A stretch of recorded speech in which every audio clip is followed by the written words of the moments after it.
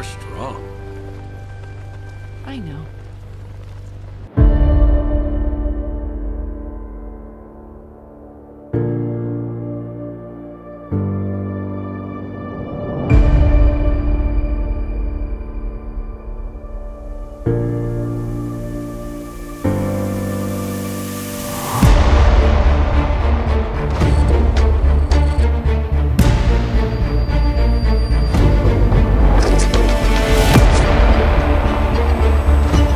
It's okay. I've got you now. Just like in the movies.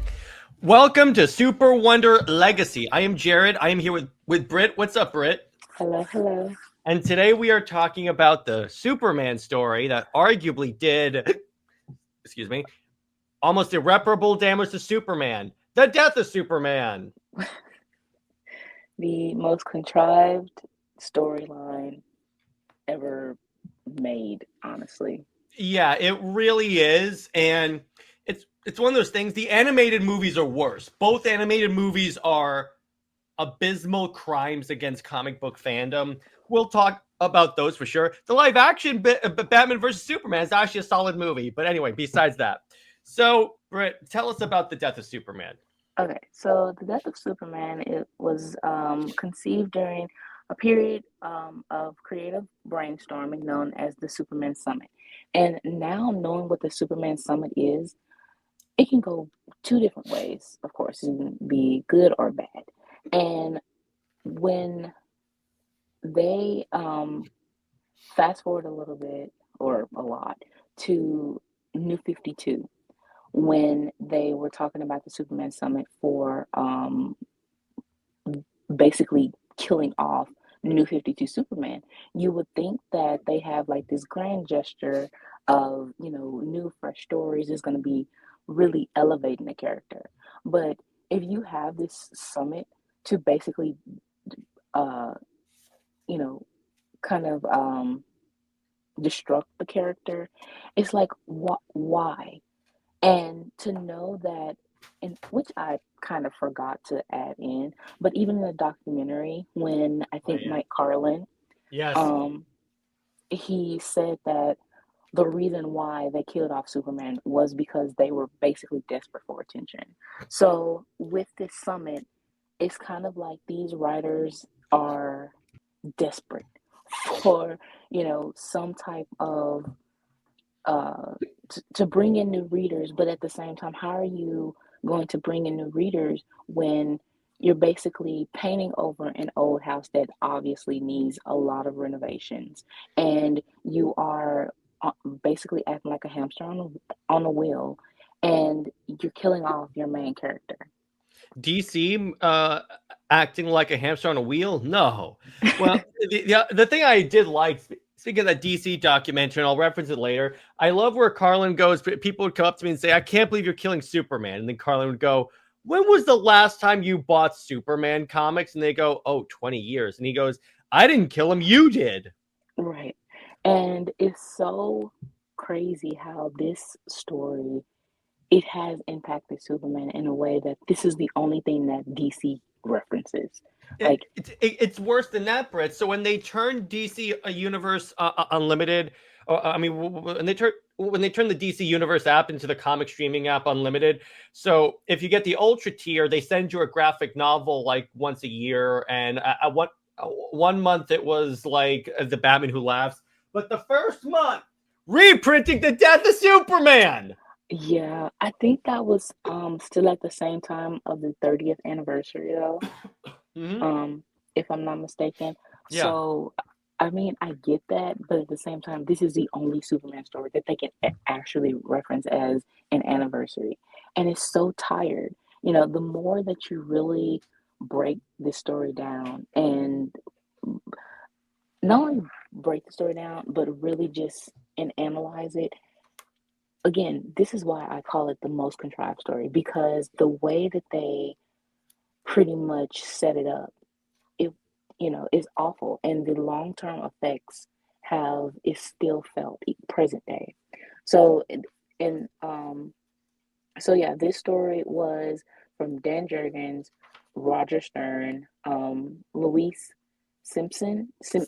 Simonson. Fun fact: Simonson, before she was working on Superman, she was heavily involved in the era of X-Men at Marvel that introduced Storm. Well, honestly, she should have stayed Yeah, but with that. let me put it this way.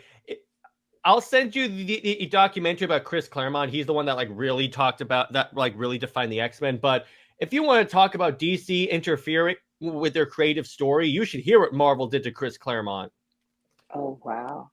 Um, so and she's also the one that did the Superman for the tie-in or whatever Oh for yeah, I just remembered that crappy tie-in for the movie, but they made everyone look like the New 52, so people think that was like New 52 retconned. exactly. And she also did the one of the write-ups for Superman. Uh it was kind of like a character, one of those character books, and it Mm-hmm. was within the New 52. But again, you can very much tell when the writers are set in their ways because Diana's he I think she did do pretty good with Clark and Diana's relationship, but with trying to again trying to force Lois in, that's their problem is that they're so stuck in their ways. And there was, some fans that are always, what about Lois? What about? Okay, no, she's a supporting character. She's not the co-lead. The books do not say Superman and Lois. It just says Superman. And Action Comics is just Action Comics. It's not Clark Kent and Lois Lane comics. It's not anything like that. The only time Lois has a book is if it has Superman's girlfriend or a wife on the title or something. Or if But it's written by Greg Rucka and it later turns into a question book. exactly, or something like that. But other than that, she does not have the stability, independent stability to even say that she's a co-lead. She isn't. Well, Britt, hang on. She needs to have a book. You know why? Why? What book am I going to give the bird to in the middle of a Barnes and Noble? By the way, for those of you that are listening, Britt has the picture. I did this. Yeah, you. Oh my goodness. Yeah, it was kind of funny. I was talking to my sister once, and she watches my shows, and she's like, "You really hate Lois," and I'm like, "Yep."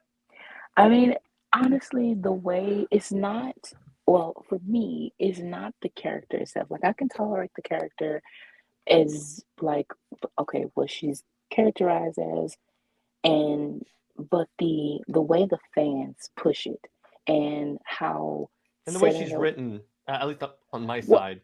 that's what I'm saying. The way she's written, I mean, I think of certain things of reality based, so there's tons of women who act like Lois, unfortunately. Yeah, there's And way too I many. I steer away from that. We aren't girls, we aren't a sisterhood when you act like that towards me. So I tend to have respect and tolerating for my own sanity, but at the same time, again, you still stay away from that. And so with Lois, that's the same thing within reading the Superman books or something like that. It's like if I don't want to read anything of Lois because of how she's written, I will ignore it. So Exactly. that's With me, it's more like I don't like DC telling me you have to like this character because she's. I don't like other characters being denigrated to prop up another character, and that's my problem. especially Because to how be, yeah, go ahead. I was going to say, especially how Diana is Mm-hmm. used to prop up Lois. I cannot stand that. That's pretty much why I have grown from, yeah, sort of despising the character, then tolerating how I did because of how it's purposely being done And for, more on especially, that when we get to the rebirth section, because trust me, that's going to be quite a right. discussion. So, and I will say, so the image on the right, which I love, is like one of the best moments from Infinite Crisis when Batman when the Trinity are fighting. So at this point, Maxwell Lord has had his neck snapped. Batman's like Brother Eye satellite has gone full Skynet, and I can't remember why they didn't like Superman, but so Superman's base and Batman are basically arguing, and then Batman goes, "The only time you ever inspired anyone is when you were dead." Honestly, I that was the coldest burn And even because Wonder it's Woman is true. like, "Oh God." It's kind of like, first of all, Superman is always written as like this self-righteous, um, preachy, do-gooder, and it's like even Mark Waid admitted saying that when he was doing the Kingdom Come crossover or whatever he was doing with Magog's origin, it's basically like main universe Superman can never do any wrong. Or if he does do something wrong, it has to be fixed by the end of the story. Well, It's n- that's hilarious coming from the guy that wrote the story that originally started as that was main universe Superman, but in the future. well, that's the thing is that's why he's basically so hell bent on saying that this is a cautionary tale that this isn't supposed to happen. Um, but it's kind of like I mean, look how he wrote Absolute Power. And Mhm. how even though the characters have switched, you know, powers and everything, it's still the consequences. You don't really feel it, Which and it's doesn't make very, sense because the whole justification for like the Justice gets their powers back. Okay, so the Amazos heal themselves by like reversing time inwardly. Okay, that's comic booky, but we're in comics. But so the idea is they're going to shoot the Amazos with a device that will force them to like reboot time, or time internally to before they got the Justice powers, so the powers will return. Then, if we're dealing with time, the power shouldn't go to the wrong people. that's true. It shouldn't, but in order for them, honestly, it just seems like, and we'll get to this later on too, is that DC didn't have or doesn't have any type of original idea. So somebody made something up on the fly and they're just going with it. And Exactly. Yeah, go ahead. so Mhm. so yeah, with this, it is true. Superman, the only um way Superman can get attention is if he's possessed or if he Is dating Wonder Woman? Ha ha ha ha. well, that's a good. We want that That's to good. be a positive. Or if Is he evil. is teased evil, yeah, or he's teased as going to be unalived or kennied, something like that. That's the only way Superman can get attention. And it's kind of like if you want to prop him up as like the first hero, as this most inspirational hero, give us that. Don't. Well, and actually, what's kind of funny, Brit, is on the X-Men side. So Jean Grey has died and come back to life so many times. So it's kind of funny is that in earlier X-Men continuity, like before they went to the Orgy Island, there was this funny thing where it was that where like a few of the X-Men are talking. They go, "Oh, Jean would probably be here if she wasn't dead for the umpteenth time." I mean, the self-awareness of the characters is. y- uh, I mean, sometimes that is very much a dig on their own part as a writer, editors, or something like that. But for it to be in story for the characters, honestly, that feels like secondhand embarrassment. But by the way, speaking of self-awareness, Grant Morrison was self-aware because in the Justice League book that that they were writing in the 90s, because this is post Return of Superman, he's in the blue suit and everything like that. So they're burying a superhero, and the like a guy that's burying it makes like a joke about how no one stays dead, and then Superman goes, "You mind showing a little respect?" And then the dude goes, "I would, but you guys never stay dead." And I'm like, well done, Grant. Well done. By the Yeah. way, so recently I watched the first episode of Superman, Lois, and Clark with my mom. And see, here's, it's kind of funny. Within one episode, she was like, "Jared, I see why you don't like Lois because she is abusive towards Clark in this." I mean, that is what. Here's the thing. A lot of fans are like very like forget that like she calls him Smallville. Originally, that was just making fun of his coming from a small town. Exactly. It's not at all an endearment. That's basically, honestly, it's very much a slur. It, you know, It's like calling him Hick. yeah.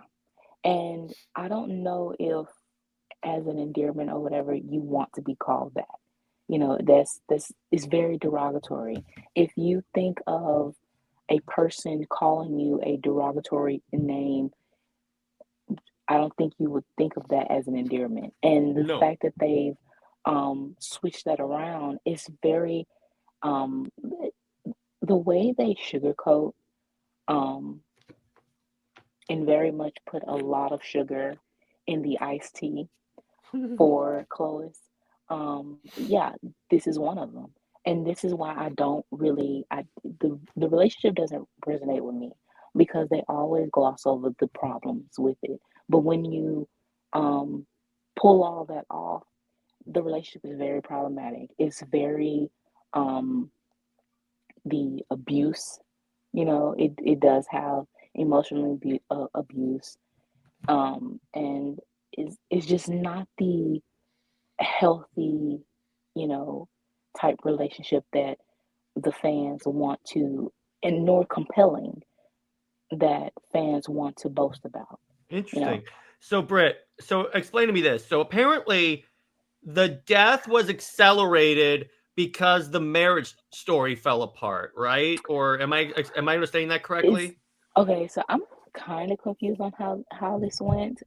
It was basically it's basically all about synergy.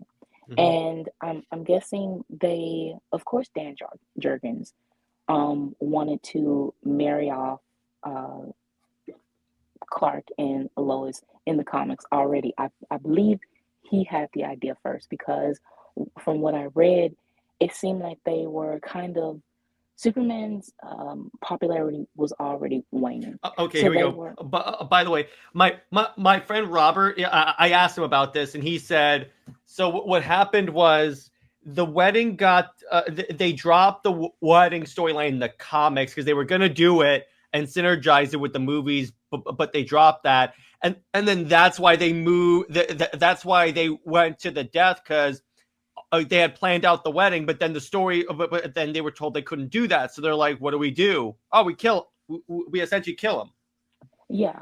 So if what they were trying to do was they were trying to basically throw darts, I would say, or pour a lot of sugar honey iced tea um, at the wall. And one of the ideas was to advance Clark and Lois's relationship, make it more romantic, which is pushing the marriage, but that fell apart. Then this is when they, by this time, I'm guessing the uh, the show, they announced that they were going to get marry them off. And so it was kind of like, oh, we can capitalize or, you know, basically on that and put it all together. So it was pretty much that type of synergy with that, and the death became a thing too of getting even more generated press for Superman. Yeah, and what's kind of stupid, I'm really annoyed about how these studios keep trying to synergize with movies. Like, I got news for you guys. The whole myth of people going from like the TV show and then all of a sudden going to the comic book store, that's a myth. Yeah, it happens sometimes. I'm an example of that, but I'm the exception to the rule. Yeah, it's I would say 10%, Roughly honestly. 10%. If it were the amount of numbers that they think it would, the comic book industry would be so much more healthy. Exactly. So with this, the funny thing is when they married them off in the TV show, the ratings like fell like a brick, like a ton of bricks. It's almost So like marrying a superhero to a non-powered person makes boring stories. yeah, it just kind of it just really fell apart. And that's what also happened with the marriage in the comics too. They did have a sort of, they had the wedding album and stuff like that. They did have the sales, but with the death of Superman, that still kind of overshadowed it because it basically tanked the market, or almost did. And ironically, after, I think, in 96, so 3 years later, they had Kingdom Come, which basically saved the industry. Yeah. And also, this Kingdom Come is why there are comic forums, especially CBR. So it's kind of like the way Mark Waid wants to bash or backhanded compliment or whatever Kingdom Come saved the industry in a sense. And it was, yes, it was a commentary of the 90s, of an answer to how bad Death of Superman was. And what's crazy about that is that you had Superman die and be with Lois. You had him in Kingdom Come, you had him basically give up everything. Yeah, because of everything that happened, not just Lois, which Chloe's fans, I'm sorry, but Kingdom Come is not about Lois. Yeah, He it doesn't give up wasn't. for her. That was a component of it, but it was really the public accepting the Joker being murdered by Magog. Well, murdered is a strong term, but you know what I'm talking about. Right. And the one person that was helping him, and basically being the light in a sense, even though she had her own burdens, was Diana. She's the one Which that basically, but Brit, I thought Diana takes Clark away from his humanity. funny. No, she doesn't. Yeah, so that's very much a counter, balance of these storylines of how Diana pushed Clark to be the hero he is supposed to be, and that is what saved the comics, because that is what people want. Yeah, you can have your dark and gritty, and you can have the deaths and everything like that, but at the same time, people want that, not so much as a happy ending, and not how Mark Waid does it. Like I said, he said that he wants Superman, mainline Superman, to, like, he basically come out unscathed from any type of conflict. And it's like, And that how are is these boring right there. And very I'm boring? sorry, that is that type of attitude leads to the same scenarios where people like me, because remember, Britt, I've said this many times. I originally thought Superman was boring because he always succeeds at everything. So I'm like, I don't care. There's no stakes then if he's going to succeed. Right, there's That's no just the way stakes. it works. Yeah, go ahead. Yeah, there's no stakes, and there's nothing to learn from. Mm-hmm. You're not teaching the audience anything. And that's the thing that I want to emphasize on too, is how some fans are like, well, when he's with Lois, there are stakes. No, it's not, because you know that he's going to save her at the end. From a meta perspective, again, and I say this story again because I was reading a Warworld saga, and there's a scene where like Superman, or like Lois is in the fortress. She has a gun, but she's like facing up against a bunch of Kryptonians and or like Kryptonian monsters, like creatures. And I'm like, he's gonna save her. Why do I care? Exactly. You really just can't care for her being in trouble or anything like that, because she's gonna get saved. Like, that's what she does. That's, Yeah. you know, Ultimately, Lois exists. I'm sorry, I don't want to burst your bubble, Lois fans, but this is the truth. Lois exists, so Superman has someone to save. That's what she is. yeah. And And even giving her powers, Joshua Williamson. By the way, if you're watching, I'm a big fan of your work. I just don't like this particular part. Giving her powers does not fix this. but it also is basically kind of like a double standard, and um contradictory to Clark and Diana being together because they Yeah. have powers. I know. If you wanted Superman to be with a woman that has powers, literally Diana's right there. And if I remember correctly, Britt, and you can correct me on this if I'm wrong, I'm pretty sure it sold well when they had Clark with Diana. Yes. Yeah.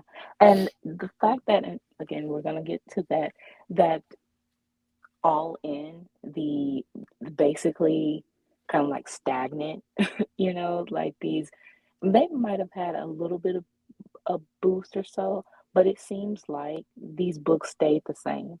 And So notice the universe that's heavily predicated and marketed as the new 52 again is selling very well. yeah, for I mean, Granted, that they're pretty number much one, so we don't necessarily know how it's going to trend later. But isn't it kind of funny how the top two books for October, above Transformers, above Ultimate frickin' Spider-Man, was was Absolute Batman and Absolute Wonder Woman, respectively. right.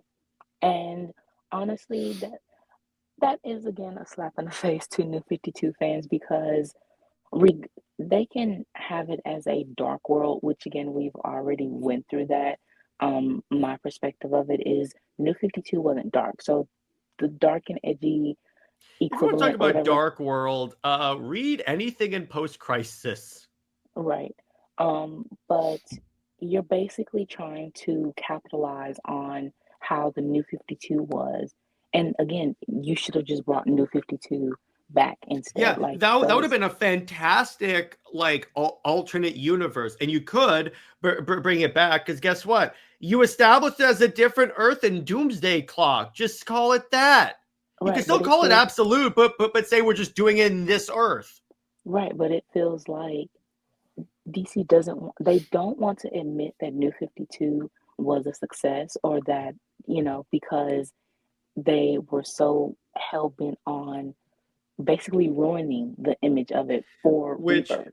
that gives me a little bit of a okay. So this may be a little bit more of the conspiracy theorist in me, but that could be why Jessica and Simon Baz don't show up in books anymore because they were heavily created in the new 52 and they're shown as symbols of it, or like the Court of Owls doesn't get brought up or anything like that much. So I think it's like DC is trying to bury it, including the parts that were actually really good. Because there's a lot of older writers or even the newer writers that they're trying to have. It's kind of like they are yes men or Yep. well, mostly men. And they are just again, it has something to do with their egos, and like what Dan Jurgens did or Rucka, it was this one hit wonder, um, greatest hits or back down memory lane type thing with Rebirth, and they wanted to basically have this get off my lawn mentality for New 52 fans. So you call New 52 fans not real fans, not true fans, or what Tomasi said is if you don't like this version, you should. All of that, I think that, yeah, there's no way you can bring up New 52 and bring it back without people questioning, oh, so you do know that what you said was wrong. And Hey, they've just, Tomasi, how's that working out for you? Oh, and by the way, brother, I'm not a real DC fan because I like the new 52. Look behind me. I, right, I love that argument where I go by what Jim Lee said because Jim Lee has said if you like anything, literally anything with the DC logo on it, whichever logo that may be, you are a DC fan. Whether that's movies, Snyderverse, Reedsverse, it doesn't matter.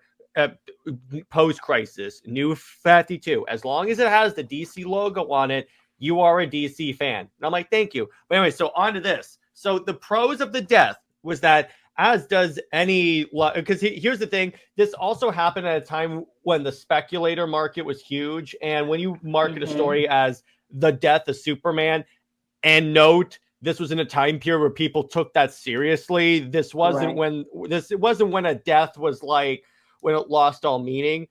Yeah, of course it's going to lead to massive sales and interest for the character. By the way, Britt, did you happen to see the video by Max Landis called "The Death of" that basically is talking about how the death of Superman broke death in comics?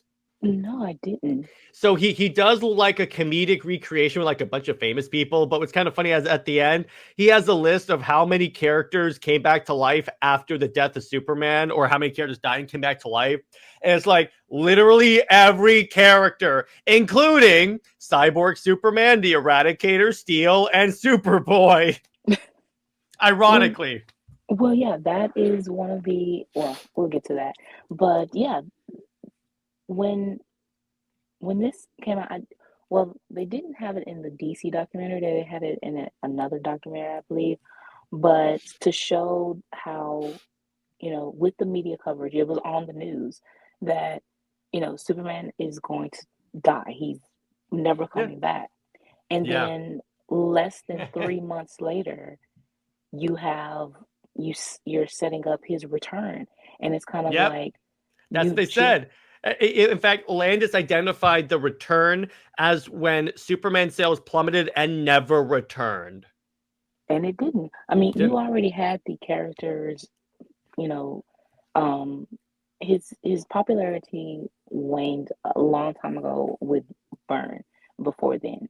So you're trying to again pour a lot of sugar in a lot of sugar in iced tea, I love that. and and that's just not. It doesn't taste good, you know. Um, Oh, it definitely doesn't. Are you telling me that the people didn't like Superman making out with a 14-year-old? I no, always bring that up whenever we talk about John Byrne because and you know what's kind of funny?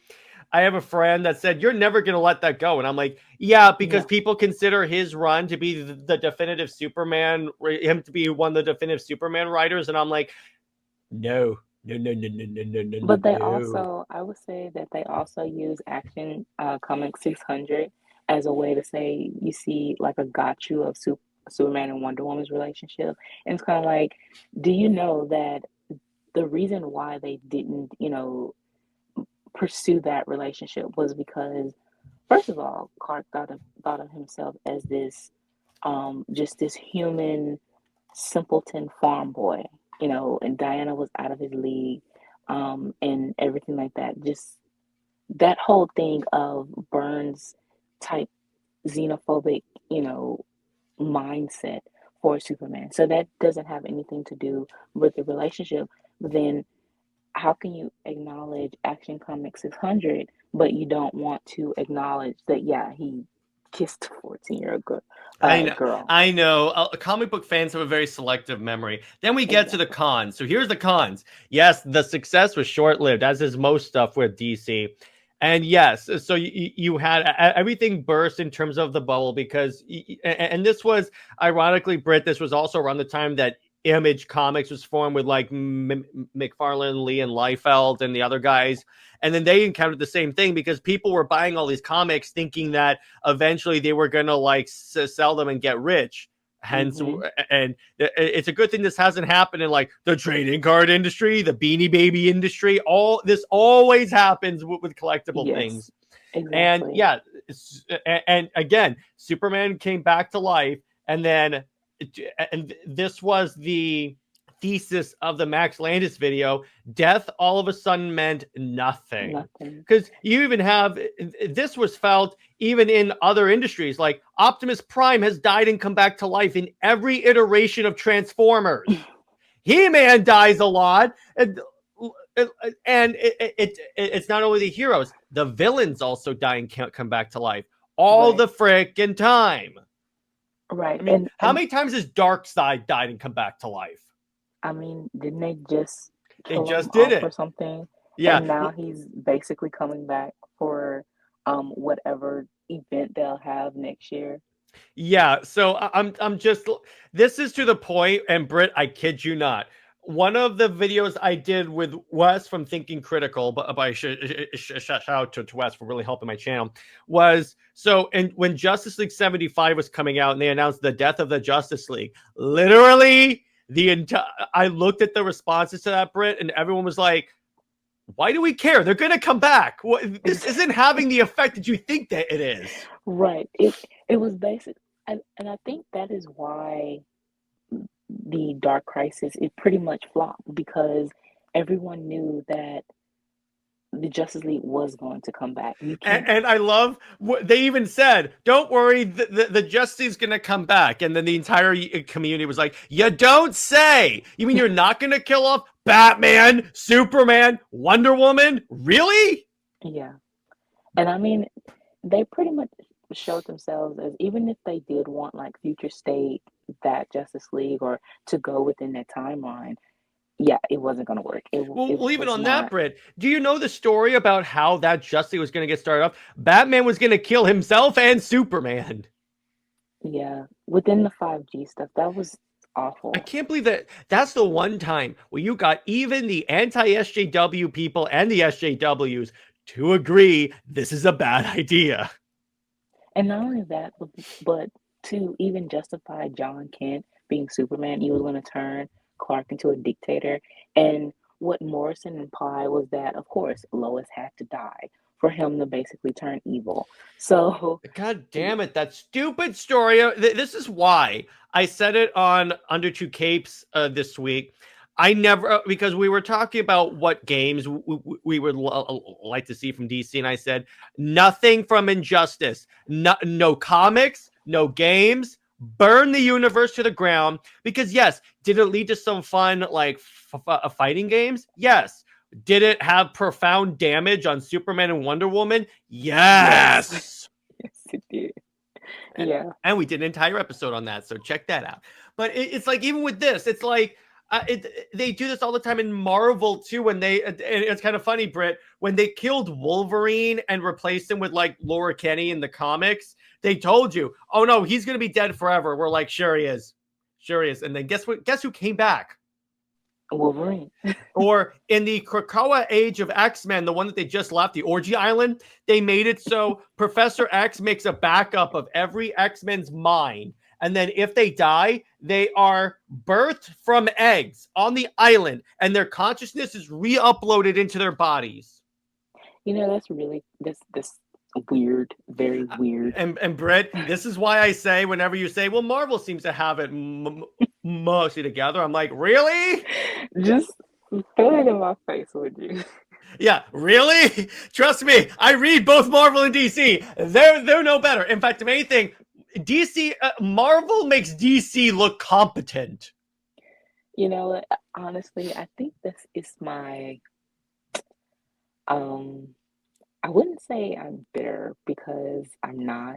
I would say not even Frustration with frustrated. DC. Maybe that of why And Britt, I remember, here's the stupidity of what they did. When the MCU was picking up, like when you had Thor movies and Iron Man movies, they replaced Thor, Iron Man, Captain America, all these guys with versions of the characters that no one cared about.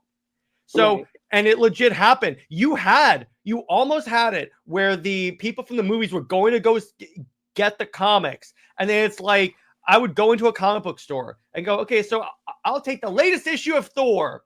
Who is this girl? Yeah, I mean, they try to diversify at the wrong time. Yeah, With wrong time. And because when you do it all at the same time, it looks like there's an agenda. yeah, because you can, it's the planning. You can have, you know, diversity, and that is what comic books and newer generation fans are looking for. Yeah. However, when you are promoting a movie and these people are very much invested in this character, what you have to do, first of all, is make sure that they are invested in the comic books with this particular character in first. Well, not only So, that, Britt, I learned this from my friend Robert. And so when Tim came out as bi, DC was pissed off at the writer. You know why? why?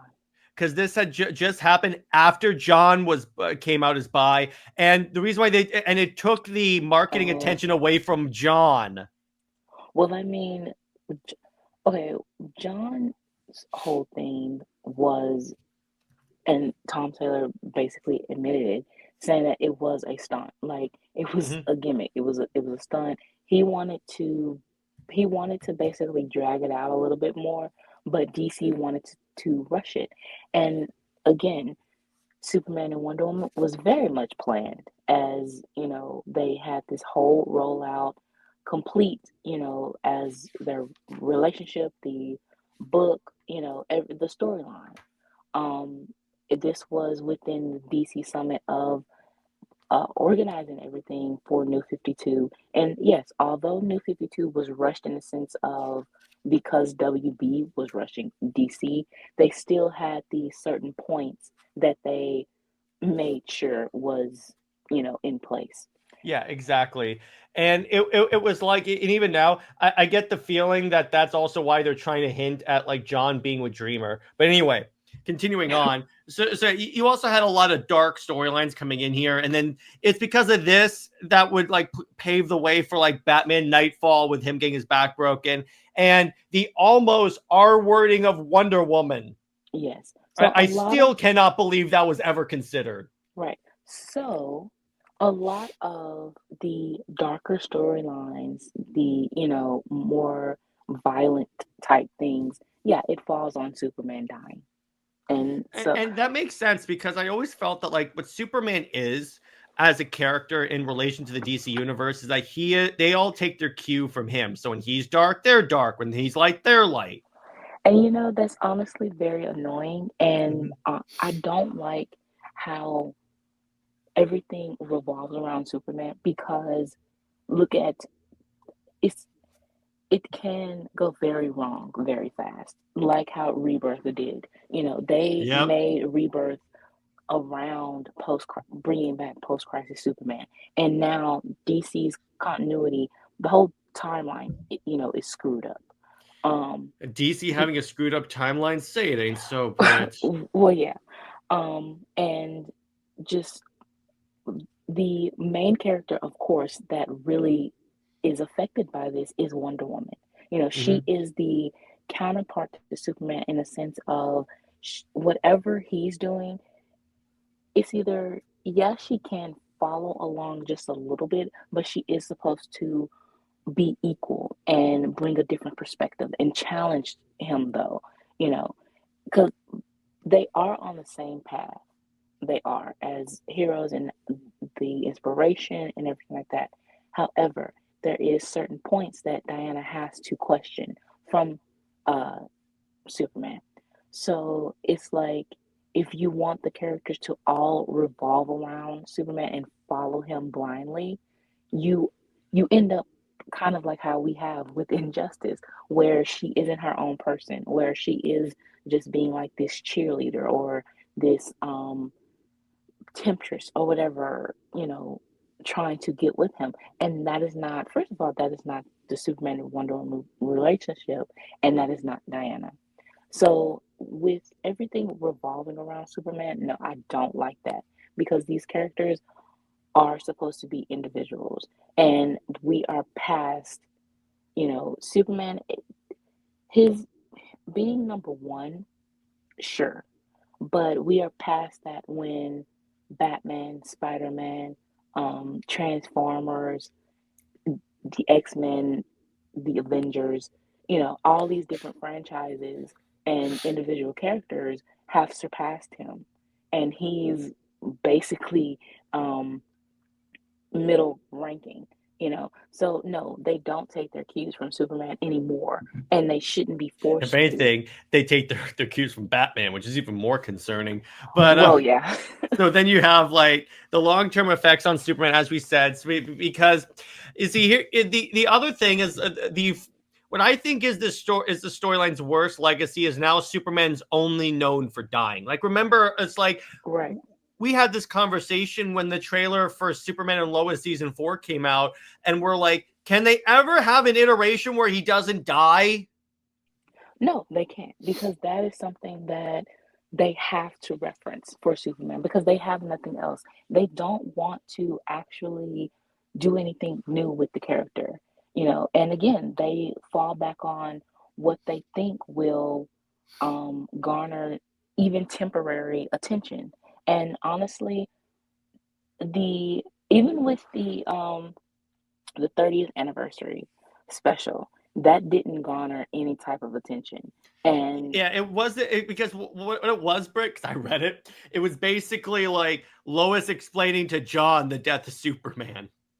what's weird is they continuing on to try to implement John in a continuity that he was not in.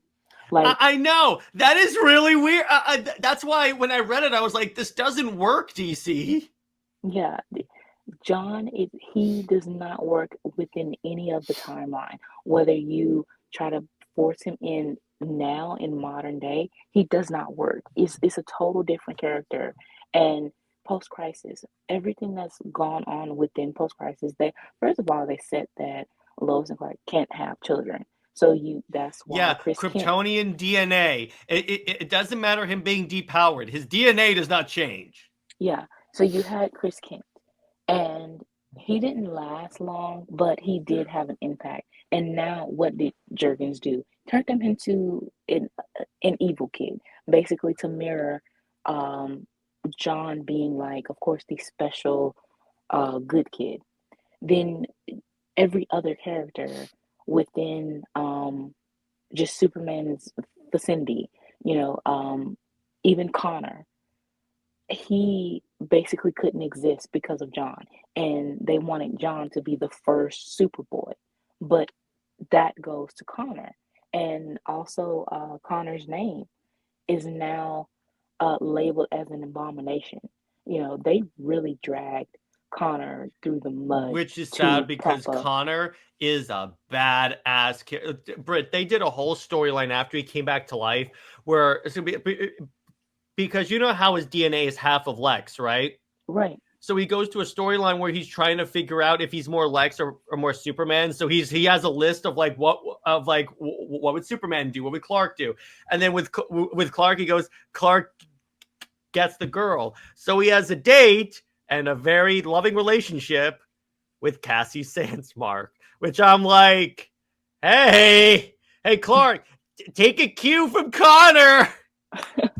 Well, you know, honestly, that felt like a consolation prize. Like they will have Superboy and Wonder Girl together because they can have Superman and Wonder Woman I mean, together. I like their relationship, but still, it is kind of funny. And I'm like, I wish if they ever get back, if they ever put Clark and Diana back together, and I hope they put Connor and Cassie back together, so someone can make the comment, oh, like father, like son.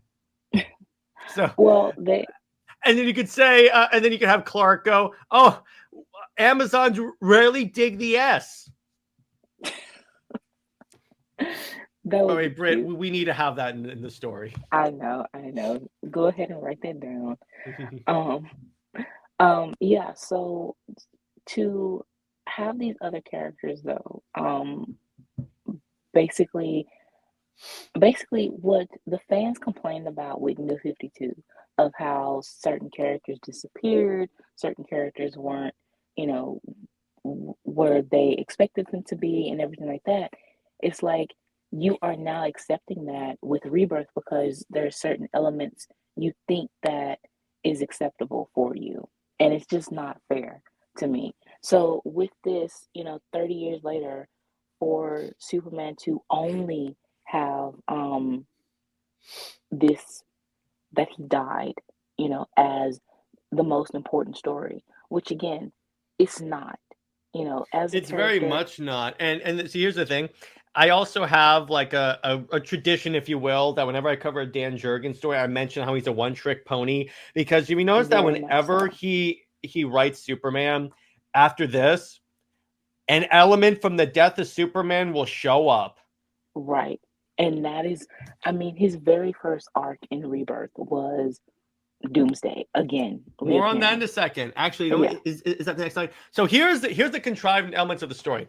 First off, and this wasn't entirely the creative team of Superman's fault. The Justice League was a bunch of D-listers. But so fun fact: Bloodwind is actually John Jones. I saw that. He's actually Martian Manhunter in disguise. Why he's not John, I don't remember. And Guy Gardner, the reason why he doesn't have a Green Lantern ring is because he has Sinestro's ring. At one point, it gets taken from him.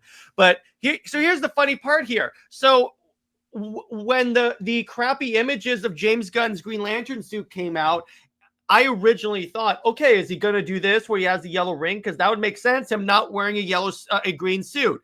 Then I see the freaking Green Lantern logo on his shoulder, and I'm like, wait a minute here. Yeah, I don't know if James Gunn is going to do they have crappy suits before and then they'll get their original suits or better suits. I I don't know. And again, Brit, I can tell you this. I've read a fair amount of Green Lantern. They've never had white suits. Oh well, I mean, James just took very uncreative liberties with. Yeah, I'm like, this is completely stupid. But yeah, so so it wasn't just like the Trinity wasn't it for other stuff. The Justice League was different. In fact, Superman was not even on the Justice League. Well, I get that. That's one of the problems is that you use characters and just like with everything else, you still use these D-list, C-list characters. Well, remember, this was the era where it was Justice League International. In other words, the era that Gunn is clearly going for, which is the era that started that by the way, the Justice League became a joke that no one took seriously. Because actually, the Justice League turned into, and the same thing for the Avengers, as a matter of fact, this time period, the book full of people that couldn't sell their own books on the side. So they would say, let's put like Fire, Maxima, Ice, and all those guys on a team with Batman, because everyone will buy a book with Batman in it. And honestly, they're on the same cycle as now. And you know what's kind of funny? When Grant Morrison took over the Justice League, you know what they said? Why does the Justice League suck?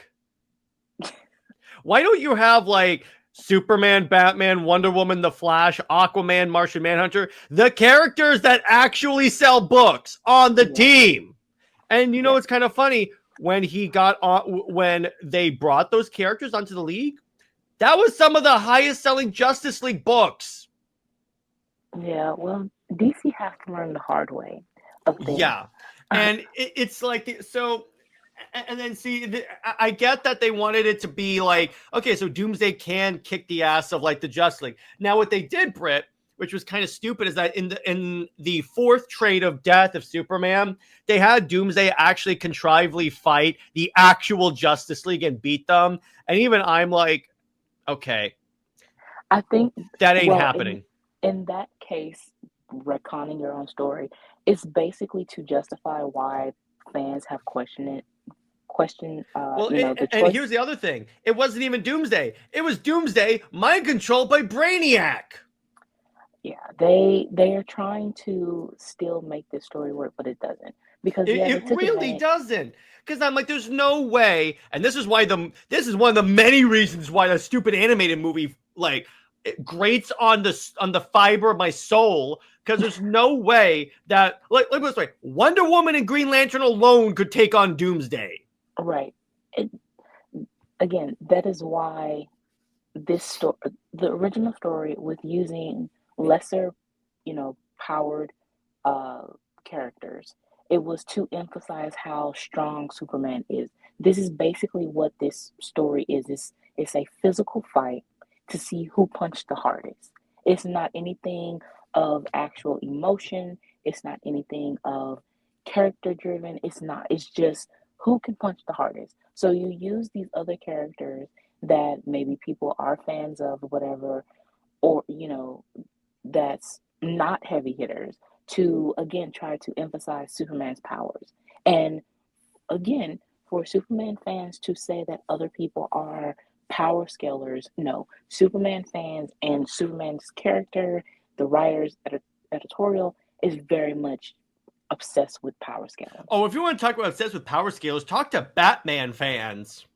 Well, they are a total different league, but thanks, Mark Waid, contingency plan storyline. By the way, so then we get to the adaptations, the animated adaptations. So here's the thing, right? So it's kind of funny, is so DC is known for having like really quality animated movies. Yet their first one, Superman Doomsday, is known as the worst.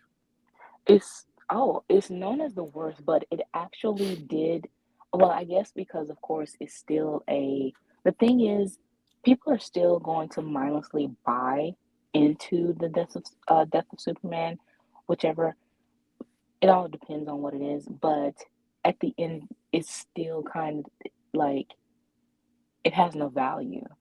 Yeah, So, but no, here's the thing. They did it really stupidly because okay, so they did the death of Superman stuff. That part was right. So Lex Luthor clones Superman, puts a bomb in his head, so the bomb will be arguably and by implication also like our words the clone. I kid you not that there's a scene where they kind of hint at that. So oh, then what? yeah, then he puts like a bomb in the clone's head, like Suicide Squad. So the clone goes into a salon, looks into a mirror, shoots his heat vision into his own head to pull out the bomb. And I'm like, well, this is kind of stupid, isn't it? And I'm watching this, and see, here's the thing. I'm reading, and obviously this is only a Superman movie, so the Justice League does not show up. But I'm reading this, and I'm like, this is like not a good adaptation of Doomsday at all. Yeah. It's It's just very yeah. Go ahead. I believe that one of the or the highest negative point was that it was very condensed. Oh yeah, like it was condensed, and then they only adapted the death part, and then threw out the other stuff to like put in a weird clone saga story, and that's for you Spider-Man fans. Then we get to the worst movie, in my opinion. The death is yes. I would rather watch Doomsday than this because Well, here's with this, why. This was so first so this is what I was referring to earlier, Brit, on the last slide, where so they have the actual Justice League fight Doomsday, and they get their asses kicked, and I'm like, this is not. See, this is like you have the barest cliff notes of the death of Superman when you're like, Doomsday fights the Justice League and defeats them. Yeah, but which Justice League? yeah, it's the thing is with this movie. First of all, what James Tucker said when they were starting the New 52 animations. He said that Superman, like, I believe a fan, of course, asked about adapting Superman movies. And he said that Superman does not sell. So they were trying to figure out how to get him to have a movie and sell or whatever, what can help. And again, you are using the Justice League, the actual known A-listers, to prop up a Superman movie and Superman himself. And that is again another strike on this movie. And also again, Diana being used as a mouthpiece in the sequel, which the sequel did not do good. Reign of Really? Superman. Really? I wouldn't have anticipated that. But um, it's like even with the previous one, where like even in the scene with the when they're in the training room and and Wonder Woman basically says, "Don't worry, Lois is the one you're meant to be with," and I'm like, "Screw you, Tomasi." yeah, when they kind of like belittled their relationship, it really was like, how can you belittle that? Because the last movie, Diana was saying that you can always, Share your whatever's burdens with me, Clark. certain, But yeah, Britt, I was so confused when the trailers for this came out because they released those documentary trailers and they were talking about, oh, Superman's true love is really Lois Lane. And I was like, wait a minute here. Wait, yeah. he was just with Wonder Woman. And a lot of people question it. It's kind of like, did we miss a movie? And Yeah, then James, I was like, because I was following these and I watched them in order, but I'm like, what happened? wait, what? At least give me a short that explains this. But they want to just sweep it under the rug. And of course, you put it on Diana that she didn't want to and what's also bad is how Tomasi had her say that she didn't want a masquerade. And it's kind of like Diana wouldn't say that, you know. First off, this version of Diana was embracing the masquerade. Hey, and by the way, I bought some new glasses. You might not recognize me. Or Right. remember when he also had Diana say, I like the one with the glasses. I mean, the one literally called the Eradicator. Yeah. I mean, and the thing is, they made the glasses thing their thing, but you switched it first for her to say that she likes the guy with the glasses, which is the Eradicator. And the Eradicator basically represents the bad part of the He's Kryptonian. eugenics. Yeah.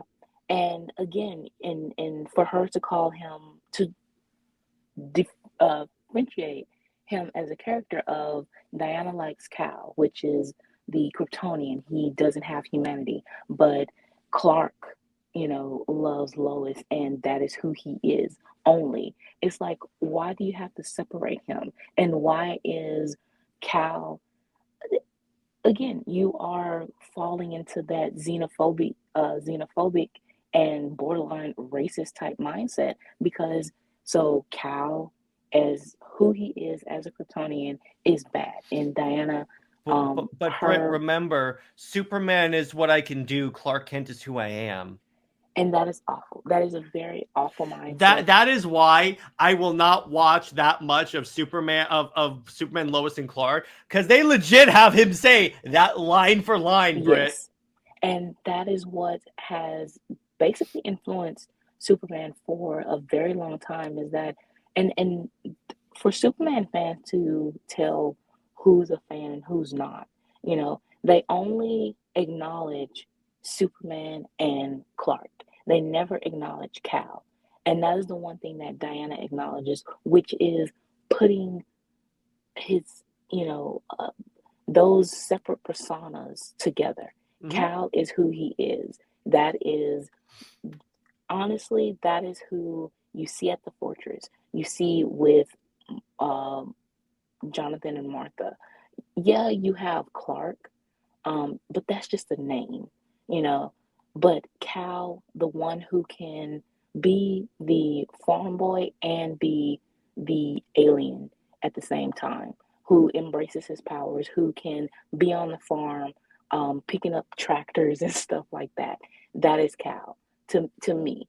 But his mother, adoptive mother, calls him Clark. And the reason why Clark is so significant is that because that's her sure name, So it's very complex, but honestly, with Diana being, first of all, the goddess of truth, she has the lasso, so she knows Clark's truth, Yeah, because the thing about it, the reason why I always felt like Superman belongs with I almost said Lois, man, that would have been a Freudian slip, for Diana, is because Diana always encourages people to be all of who they are, their full, truest self. And that is a balance between Clark, Cal, and Superman. And you have to encourage all of them. If you sugar, honey, iced tea on one in favor of the other, I'm sorry, I reject that. And that's what Lois ultimately encourages. She always encourages him to get rid of Cal in favor of Clark.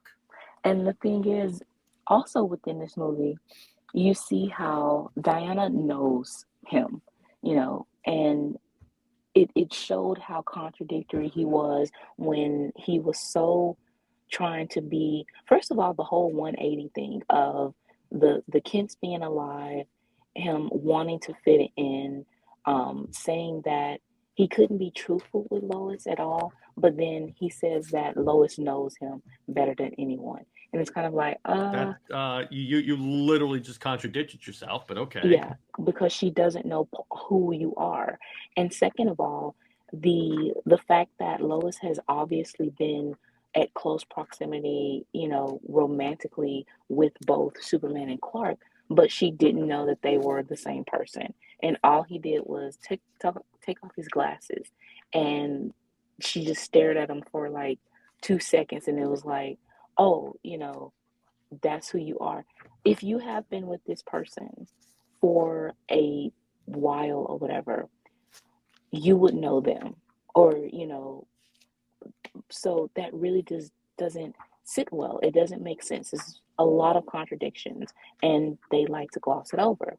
And then at the end, of the movie when, of course, Diana, she's nerfed very much so for her to be beaten by Doomsday. She tells Clark to, you know, to beat Doomsday. Do all that you can because if you don't, a lot of people are going to die. But you have Lois where she tells him to basically let the Justice League handle it. Like, you stay here with me.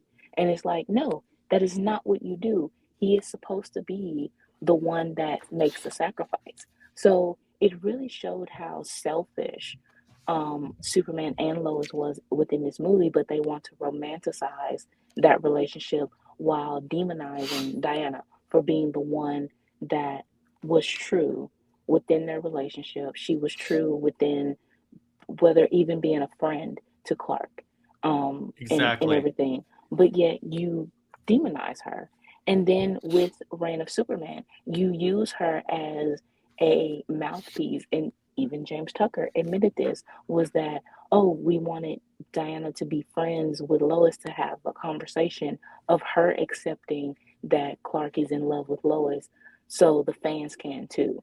And Exactly. When you tell me to like a character like that, I'm sorry, that makes me hate Lois even more. So then we right, get to, okay, this was my first exposure to the storyline. Batman versus Superman, Dawn of Justice. Now, I love this movie, but I also don't like how they crammed in like a bunch of different storylines. No, so I'm going to tell you that that's a weakness. I still yes. thoroughly love this movie because, again, you have the Trinity on screen for the first time. You have my favorite versions of these characters. So I will tell you this. The idea, by the way, so it's kind of cool is this was not the actual Doomsday that they fought. According to Zach, the actual Doomsday. So there's a shot in Man of Steel where you see Krypton's moon and it was destroyed. That was the actual Doomsday. Hmm. So there's more about that with the world. But so with this, now I did like, again. Now here's something that I noticed. And I think I said this on an earlier episode of the show, like a really early episode, when Superman and Wonder Woman first fought together in this.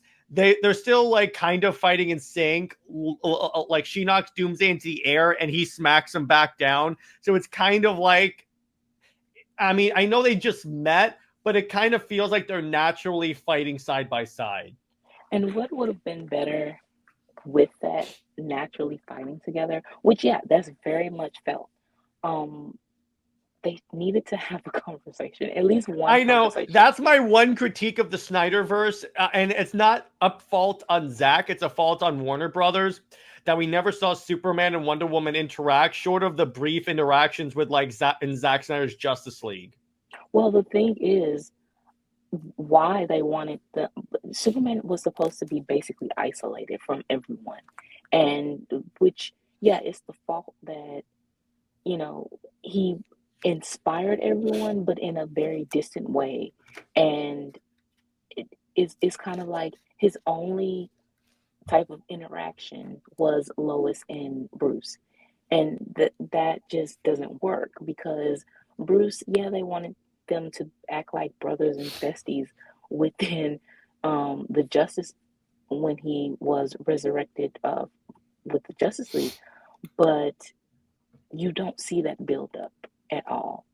And like, right, I think because remember also WB told Zack to speed up the movies in order to get to Justice League. So I like to think that if Zack was allowed to actually build out the universe, we would have at least seen that.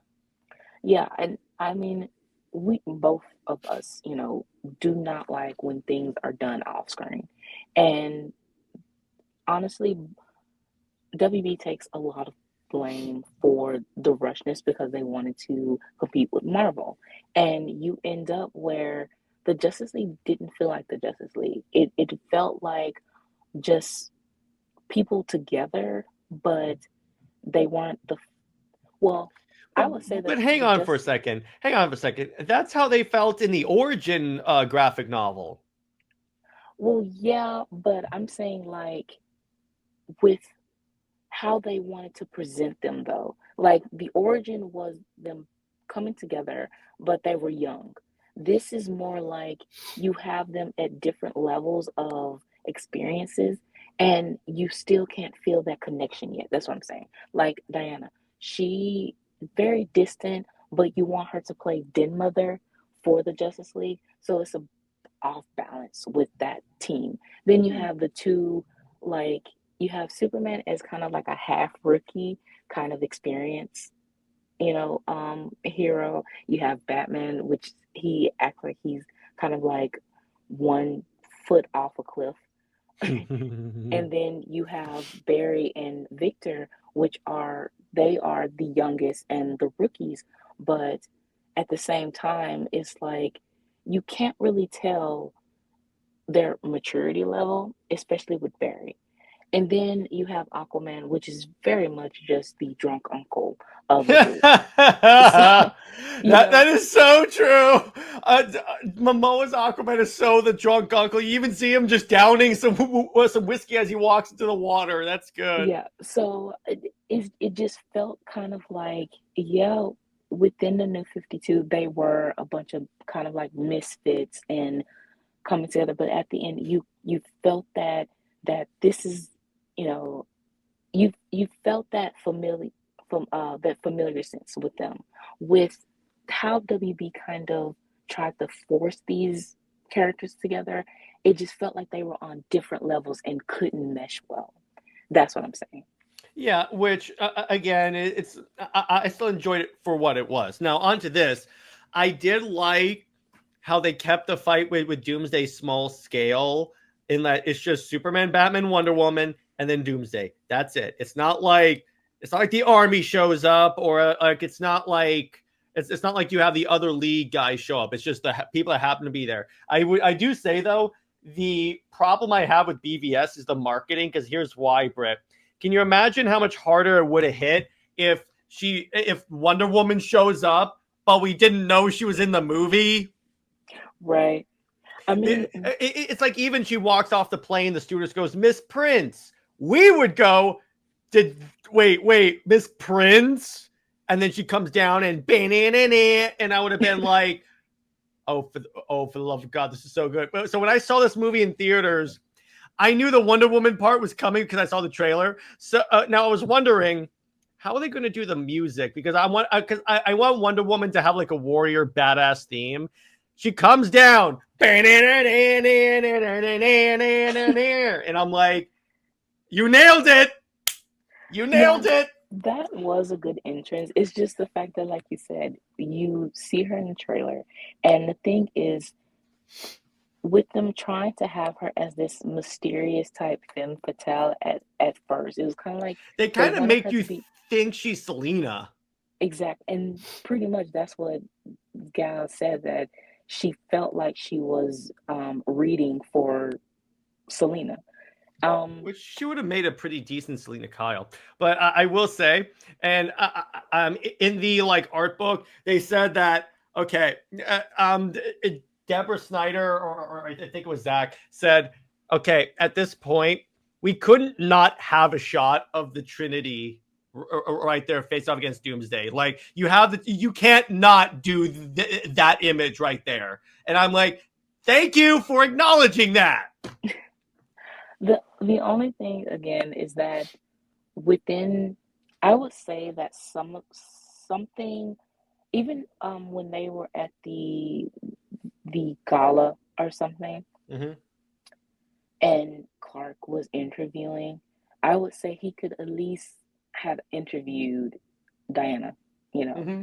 and they had this certain, like, It's almost like we're going to do something like that. they and they have like this moment of, I know that there's something about you that's different. You could have had that at least for a good 5 minutes. Oh, I got an idea. Of course you did. But I will say, the part that sold me on Gal being Wonder Woman is when Bruce goes, "I've known a few women like you," and then like a boss, she goes, "I don't think you've ever known a woman like me." Or it's like when she's knocked back by Doomsday and she just smiles. I'm like, yeah, I kind of dig that. Yeah, it was good action scenes and everything. It's just some of those, little critiques. Sure.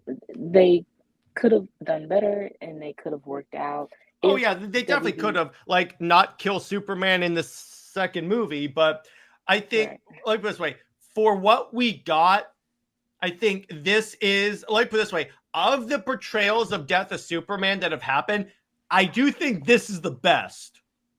I would say that if he didn't like go off and try to save Lois, of course, Of in course, the middle of the but battle. Brit, of the ones that we've gotten, like the animated ones and and like Superman and Lois, I say that this one is the good one with Yeah, all of its flaws. yeah. Yeah, there you go. I have to establish that because okay, now I'm pissed because I was so excited for this. Now the marketing makes this season look like the entire season is gonna be he's gonna be dead for the entire season. Then he's gonna come back at the end and triumphantly fight Brainiac, who they're kind of teasing. He's back in episode 3. I'm sorry. This Doomsday, he looks like very He looks much like and people said BVS Doomsday look like a Ninja Turtle. But anyway, it's like Brit, he's dead for 2 episodes, and they bring him back in the stupidest way possible. well from it seems like the ratings of the show really went down to think that he was going to be unalive for the whole season, and Yeah, really. with him back, it seems like the ratings actually went up. So if he would have stayed unalived, yeah, the ratings would have plummeted even more. Well, how about this? Not adapt the Death of Superman at all. You Yeah, don't have to do that. I mean, And but it's like even with this, so they bring him back by okay. So Sam Lane takes a serum made from Superman's blood, which somehow converts his DNA. But anyway, then he kills himself by having Doomsday kill him. Then he has Steel take his heart out and then bring his heart to Clark, and they have a heart transplant. And I'm like, this is the most convoluted thing I've ever heard. it yeah, I was just about to say that. It very much sounds convoluted, and it it was too much. And the reason why, again, they're being so they want this version of Superman to get old. So you give him basically an old man heart to now be just a regular human. He's losing his powers, he's losing everything, to be to age. And of course to age with Lois, and they And here's the probably thing, at the Britt. end. They had an opportunity here at least to homage something, because if they made him keep the graying temples, you could have homage Kingdom Come. No, definitely not. I do But not want them homaging Kingdom Come. no, I know, Britt, but at least you would have had something instead of like them going, no, he's just going to cover it up. But anyway, Absolutely not. yeah, exactly. But it's like they wasted this storyline that had the potential, and it was the biggest amount of false advertising. It's one of the most false advertising things DC has ever done. So then we get to the gaming, and Britt and I briefly talked about this when we talked about the Superman games. And yeah, it's basically the plot of the game. And I'm like, even his games, even the only plot for his games is we just kill Superman. Or turn them evil, or let them be possessed. And then we get to, okay, Britt, this pissed me off. The Wake comic, because I'm like, why is First he of in? all, Because I was like, why is he in the new 52? Why are these people in the new 52 armor if this is supposed to be a tie-in to the Death of Superman animated movie where they don't look like this? but also the whole image, you can tell how off this is. You have Lois, she looked like, and Jimmy and everything. They look like they're from the 90s. And then you have the new 52 characters in the That's new not even the 52. right cape. You know how I know that? It doesn't have the black S. Right. It just they and this is how mean-spirited DC was at that time, because they wanted to write off New 52 in some way. And yeah, they use New 52 costumes to any other tie-in, especially for their animated movies, they would use the costumes. But for some reason, they really wanted to retcon or something the New 52, and especially Clark and Diana's relationship. And it was kind of like that was so like it it just was unnecessary. And that showed how the impact of Clark and Diana's relationship and, that you had to go through those lengths to try to bury it. That I gotta tell you, that comic started my hatred of this storyline because then I'm like, oh, you're intentionally lying to me. Because here's how I knew. I knew immediately it was a lie because I'm reading this. I thought it was a sequel to the Final Days of Superman. That's what I thought. So when I was reading it, and I'm like, none of this happened. Yeah, they retconned like even Clark and Diana's first meeting, they put Lois in there as if she was fighting the parademons. And it's like Lois was nowhere in the origin. And she didn't have a Not gun only or anything that, like that. if this was to be a tie into the DCAMU, Clark met Diana holding up Air Force frickin' One. Yeah. None of this works. It's like they didn't even. It's like, but it probably is. They didn't watch the movie that they were tying into. No, and they basically everything in this book was a dig on the New 52 from the comics. It was not at all within the movie. After they did the issue where they tried to tie in kind of like the New 52 the comics with Clark and Diana, they they changed the artist and then they started making the comic look like the movie. So yeah, it was very much intentional. And you know what, Brit? It's stuff like this that made me drop comics in 2016 because when you start to see this is a clear agenda. It's not like a social justice agenda or anything like that. That I can tolerate. It's the we hate you agenda because you like an era of DC that we don't. And that's when I'm like, okay, I'm not going to give you my cash anymore. Right. And again, I mean, all you had to do was like give them an amicable breakup and like just let it go. But no, it felt like what they wanted to do was out of spite and very much kind of like children throwing a tantrum because yeah, Superman and Wonder Woman did succeed and they were mad at that. So they wanted to really just show how it was very very much that get off my lawn mentality. And for you to, like I said, bend over backwards to retcon and all of the revisionisms and stuff like that, it was unnecessary. And all you did was just alienate a fan base that honestly would have supported you and would have stayed, loyal to you. But instead, you want to, like I said, alienate them. And now you are stuck with honest older fans who don't really support.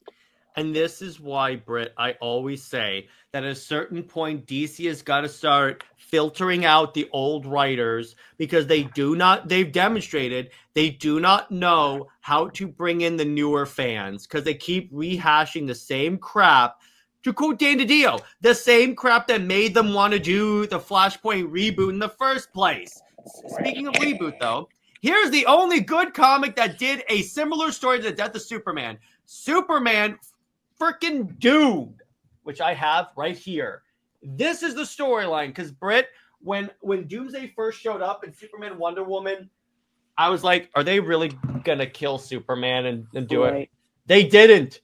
This is when they actually did something original with the concept of using Doomsday. They were like, no, because technically when you think about it, if Clark turned into Doomsday permanently, he would be kind of dead. So it's not like false advertising. It could have been that.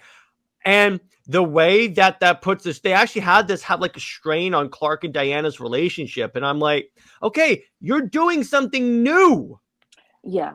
And it's the fact that it was more so like a battle of his psyche Mhm. than physical. He was a virus. Doomsday was a virus. Yeah, they fought the physical version of Doomsday, Mhm. but it was more so of a mental battle, and that's what made this storyline a little bit better. And again, you felt the stakes here. You felt that more, the emotion, and then tying in with Brainiac also. And I like the part of the crossover when Clark is going through, I think, everyone's kind of like their utopias, Mhm. and he sees Bruce, and I think he's happy. I don't know if he's with Selena, but he's very happy. And then Clark is like, wait, there's one more person that if um, you know, um, if you know me, or if you are a real, kind of like um vision, then Diana will be in that vision. And because she wasn't there, it's kind of like, yeah, no perfect life is, perfect Yeah, without there you Diana. go. So what happened is that in the vision he visits Bruce. I know that, Pete, because I have the book open, and so Clark essentially goes, "Unbelievable! I just hope you're willing to say all that again when Diana gets here." And then Bruce says, "Who's Diana?" And then he goes to Brainiac. He goes, "You almost had me there. You gave me almost everything you thought I wanted, but both of us, Bruce and me, but without Diana." Yeah. So it's kind of like, with that, it showed how important she was. And there was one, of course, Superman fan that feels like he's just very influential on Twitter, and he was going through the entirety of New 52. Oh And yeah, yeah, I remember. I think you DM me about this person. yeah. And while, like, of course, first of all, using Scott Lobdell's book, which was the lowest rated Superman book at that time, and the not only the lowest rated, but the lowest selling, and was saying how, oh, they were having Lois as a slow burn and everything like that. And you know it's like, again, you're using Lobdell, which has its own problems, as a justification for Clovis. That's not the flex But that not you only want. that, And you do realize since we have the end of New 52 Superman, he was with Diana the entire time, bro. right. And well, they also use truth as a Still together. right. And it's kind of like, even when they try to the thing is, the writers who try to force some type of, oh, Clark and Lois will get together, were the was only Lobdell and Jean Yang. And Jean Yang, on how unprofessional are you when you're being interviewed, and you actually tell, the interviewer, oh, I'm a Chloe shipper, and then you go online and say you don't like Superman and Wonder Woman, and when you were writing the books, it felt weird to you, or that the only thing that you can think of as Superman and Wonder Woman being together is that they have matching colors. That is so unprofessional and so childish, you know. Unprofessional and childish. DC, no, Right. Um, no. This can't be the same company that hired Tomasi, can it? right. And yeah, and even Tomasi with his saying that the only reason why Clark didn't marry Diana was because she didn't have a Pulitzer, you know, that again is Again, you not clearly really, didn't read the book. it's not at all the flex or whatever that they think, trying to down Diana for who she is as an independent, character. She's far more independent than Lois, that needs to be married or the love interest for Superman to be relevant. So speaking of like irrelevancy, Superman Rebirth. So Brit, I was in my comic book store like a while ago. I always stop by the dollar bins because you can find a lot of great stuff in there. I found a stack of Rebirth issues. It wasn't just Superman. It was like Batman, Batwoman, a few of the characters I was interested in. So I picked them up. So I'm reading through Superman Action Comics. I'm like, you know what? I'm going to give this a chance. That's how much of a mature person I was. I was going to give this a shot. Then in this storyline, they literally, so Wonder Woman and Superman save Lois. And then Lois says, I know this must be kind of weird, me being with Clark. And then Diana goes, it's not weird, Lois. It feels true. And I'm like, I literally threw the comic across the room. I'm like, screw you, Jurgens. Yeah, Diana was very much a mouthpiece within this. Even in the Trinity book, she was saying that there was one scene where Clark and Lois are drawn to have to like be hand holding. Yeah. And Diana is looking at them and has a sad expression. And then at the end of it, she tells Lois that they aren't rivals, that they're sisters, and that however, Britt, I will say that was done better because Diana still referred to Clark as the man she loves. I feel like for what Manipul was forced to deal with, that was better than this. Honestly, it was all mean-spirited. It was all mean-spirited, but that one was less mean-spirited in Trinity. Still mean-spirited. Still mean-spirited. I love how I'm trying to be a little more like congenial, and Brit's like, nope. Yeah, no, it's not gonna fly with me because the way Diana was treated within the first years of Rebirth, and especially with knowing that it was purposely done, and Jurgens kind of like applauded himself, patted himself on the back, that he and Rucka, like, I don't know what podcast he was on, but Jurgens like outright was confident in saying that he specifically talked to Rucka to address Superman and Wonder Woman. And it was like, dang, that really does sound like a threat. Like you are. And once again, this is why I dropped comics when Rebirth happened, because I fully intended to check it out because there was some fun stuff that was going on in Rebirth that I enjoyed. Then I read this stuff and I put my comics away and didn't pick them up from 2017 until the Snyder Cut got announced. And even in Reborn, you also have where Jurgens was like, Lois and Clark and Lois forever in, every multiverse. Like, they are unbreakable. Not only that, you had it so you're in this dimension. You see New 52, Clark and Lois. They don't have feelings for each other. And then Lois is like, well, maybe we should, Clark. And I'm like, where does this come from? Yeah. It's like they wanted to force them together even though they weren't together. And then you have what was it? It was I think it was when, let me see. Jurgens on Twitter, how he was very confident to say that they only did broad strokes of Superman's history. Yeah. But the main thing that's missing or that they wanted to erase was Clark and Diana's relationship. You know what's kind of funny, Britt? I was getting out of a bad movie when I checked my Twitter and saw that, so I was already pissed. Yeah. And then I pull up my phone and I'm like, I can't win anything! Yeah, and then in the Reborn, when he was trying to do the whole Superman's history, he had them in the New 52 suits. I know.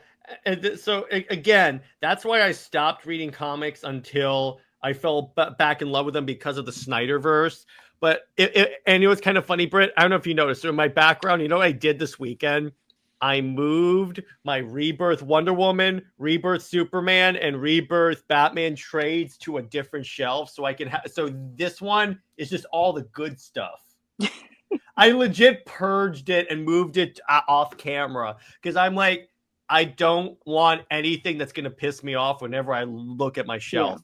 But it's because even with like the Wonder Woman, whenever I see Rucka's name on Wonder Woman, I'm going to think of her in a mental institution. Not even it's in addition to the, like, being with Clark was easy. Since when? But anyway, ignoring the since Clark being with Clark was easy, it's the ending up in a mental institution, and I'm like, I'm done.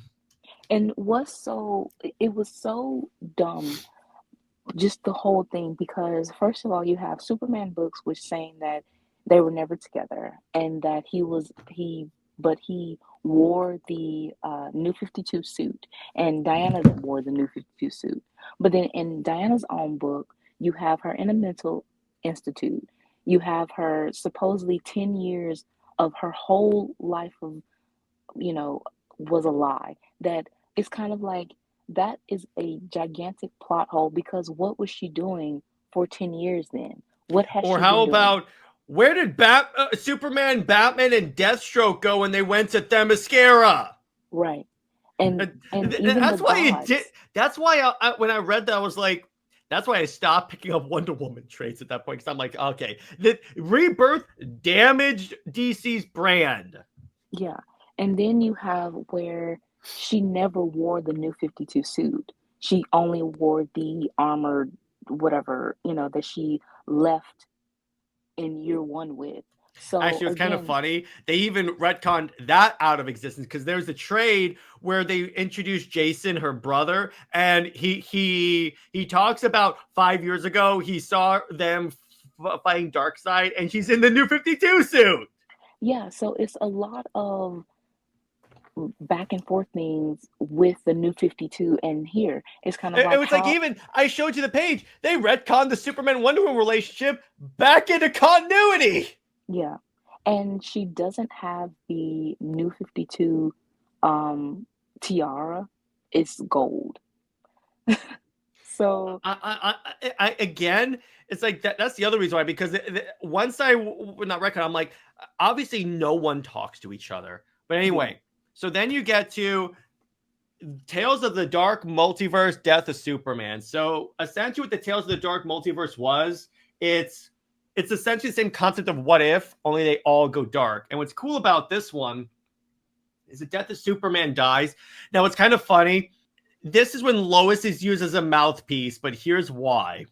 The writer, I forget who wrote this, but the writer basically has it where, like, as soon as Superman's dead, that's when the actual Justice League shows up, and Lois thinks, where were you guys?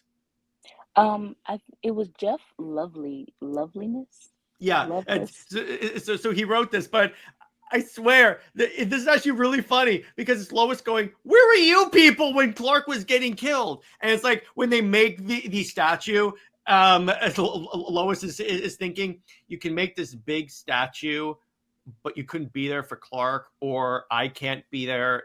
She's very bitter. So she merges with the Eradicator, and essentially becomes the Punisher Superman, and starts killing people. Now, it's kind of cool. So at this time, Lex Luthor was he was inhabiting the body of a clone, but passing himself off as Lex Luthor's son. And Lois shows up outside his window and goes, I know it's you, Lex. And he goes, all right, I'm not going to take this joke. I'm not going to extend this joke. Yeah, it's me. So she takes him, pulls him into the atmosphere, and you see him burn up. And that's this image right here. And, I know that this is the dark multiverse, and that, but it's still funny that basically Lois is, her reaction. She's and the evil one. She's evil, that's pretty much on par even with the main universe, I would think. Yeah, the main universe, Lois is evil too. Don't you know that? But by the way, so this is funny. So do you know how this ends? I think doesn't he comes back to life at some point, but he does come back to life. Now, here's what happened in the actual Return of Superman. I have to explain this for the context. In the way he got his powers back is Eradicator was going to blast him with like a cannon of kryptonite. That would have killed him. But the Eradicator went in the way and absorbed the blast. And then the blast like destroyed the Eradicator. But the energy from the Eradicator gave Superman back his powers.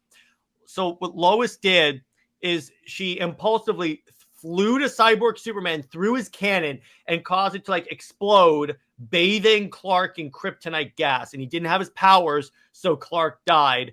Because of Lois. Honestly, that is awful. God, Yeah, wow. and oh, by the way, she kills Batman.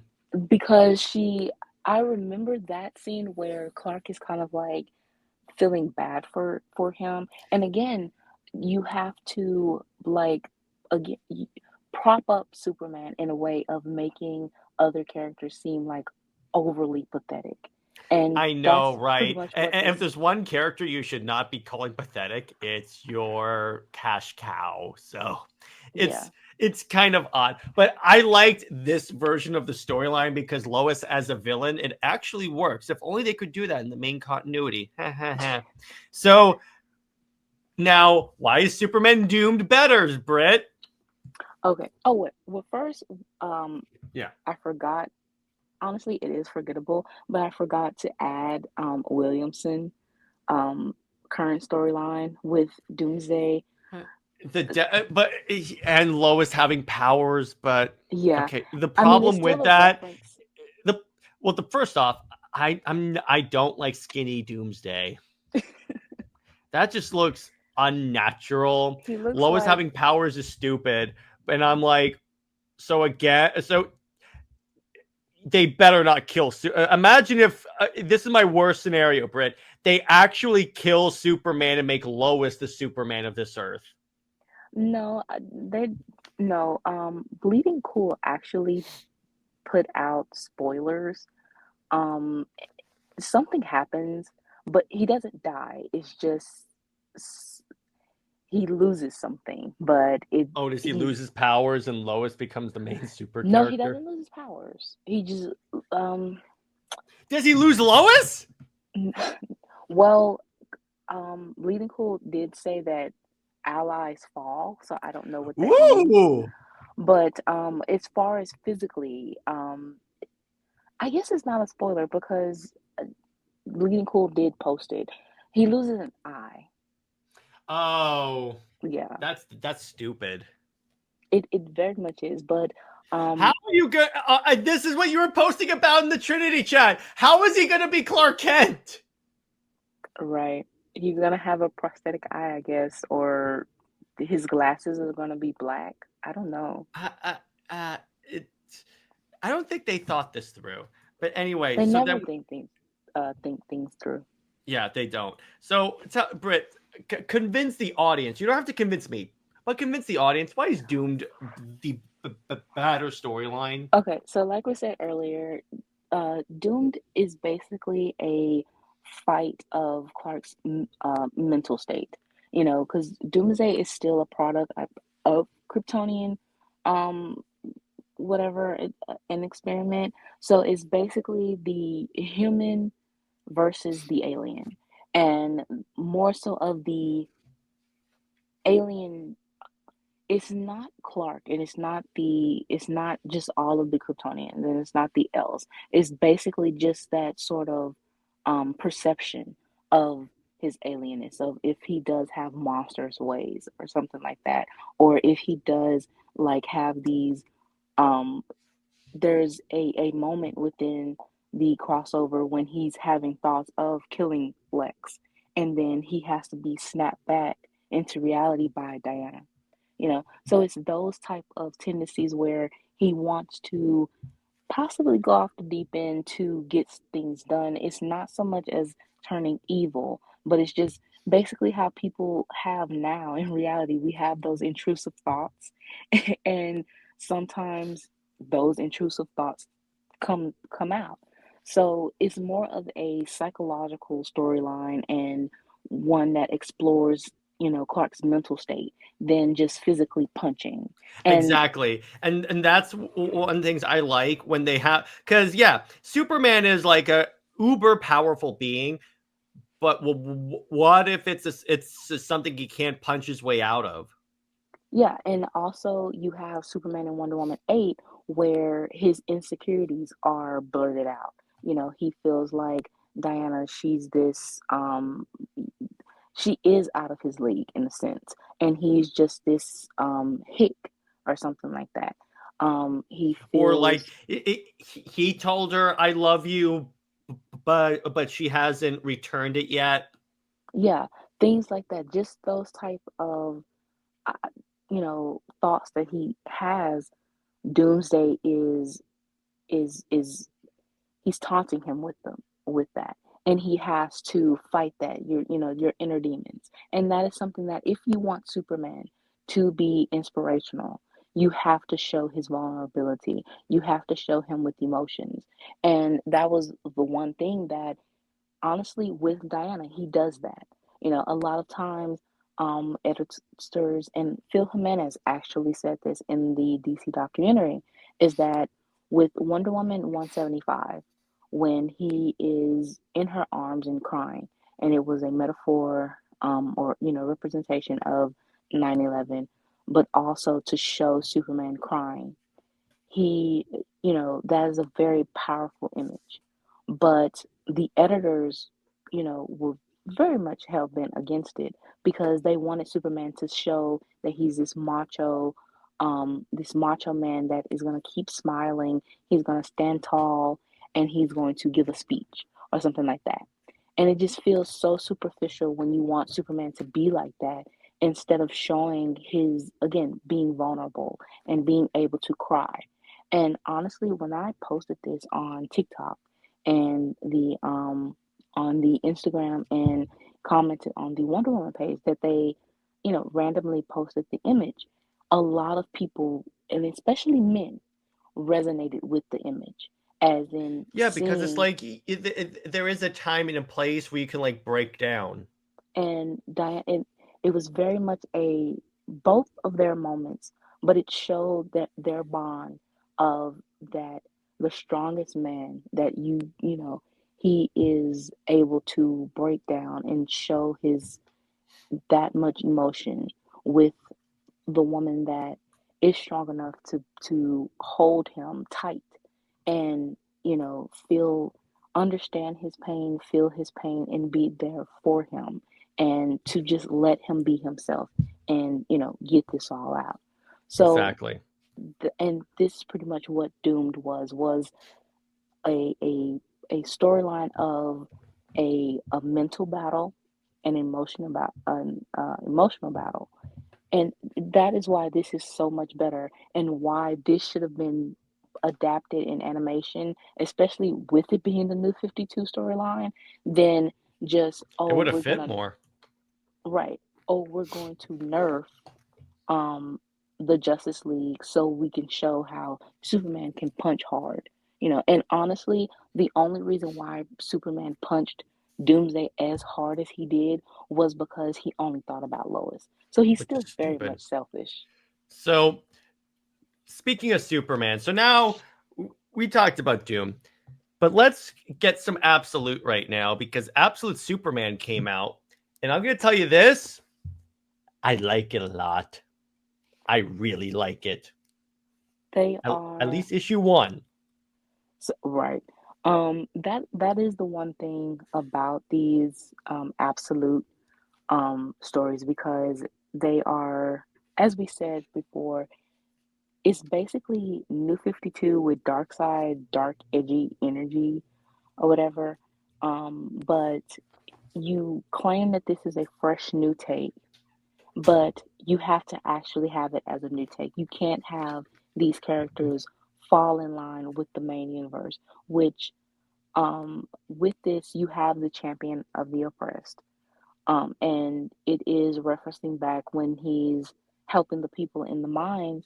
Was the was it the very first issue, or it was a golden age issue of referencing back to. I And think so. you also have him growing up with the elves, and you see that honestly I don't like that it feels like and Jason Aaron in one of his interviews he said that this is supposed to be wrong. Like Yeah. people, the characters aren't where they should be, things like that. So what you're saying is you have to, choose your words wisely because to say that Cal growing up with his Kryptonian parents is wrong, I don't like that, because you make it seem like he can only be who he is if he's um with the Kents. And again, that is Yeah, very but much to the remember, that's like the whole tagline of the absolute line. It's like these characters are not where they should be. I get what you're saying in terms of that. I did like a little bit more of the exploration of Krypton, and it is interesting seeing like the caste system because it's kind of a reference to the Snyderverse and the concept that like everyone was like created for a specific purpose. The other thing I did like is the Peacemakers getting their asses kicked because I freaking hate Peacemaker. the well, that's what I'm saying is that it's not wrong.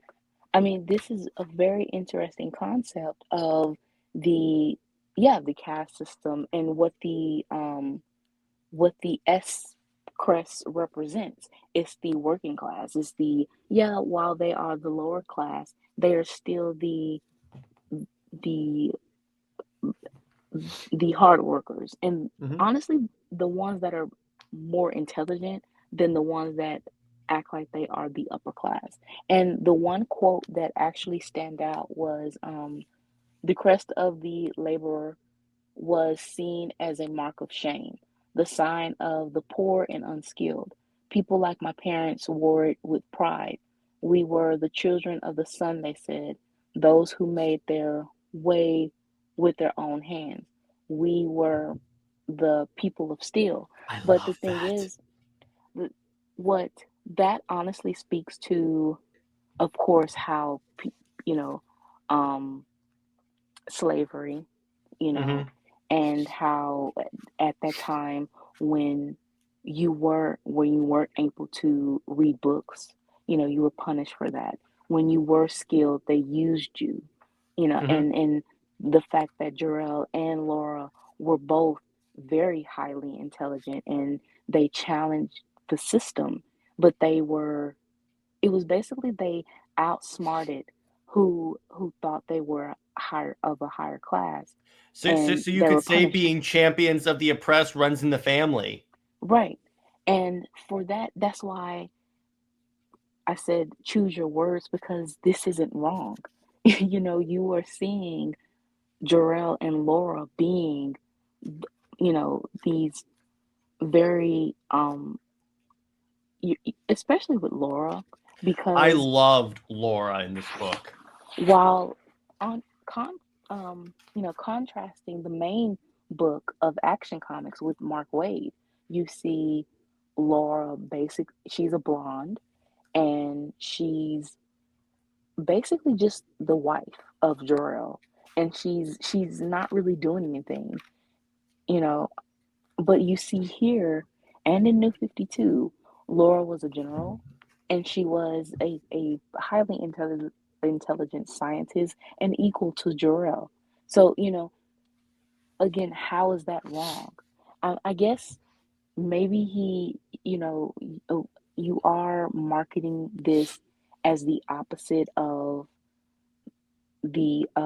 main Earth, but I would rather for this to just be another Earth and just as any other Earth than just to say that this is a bizarro wrong type mirror of the main verse. I All can't right. get with that. I can kind of see that. But overall, from what I saw, first off, the art is gorgeous. I'm going to tell you that right there.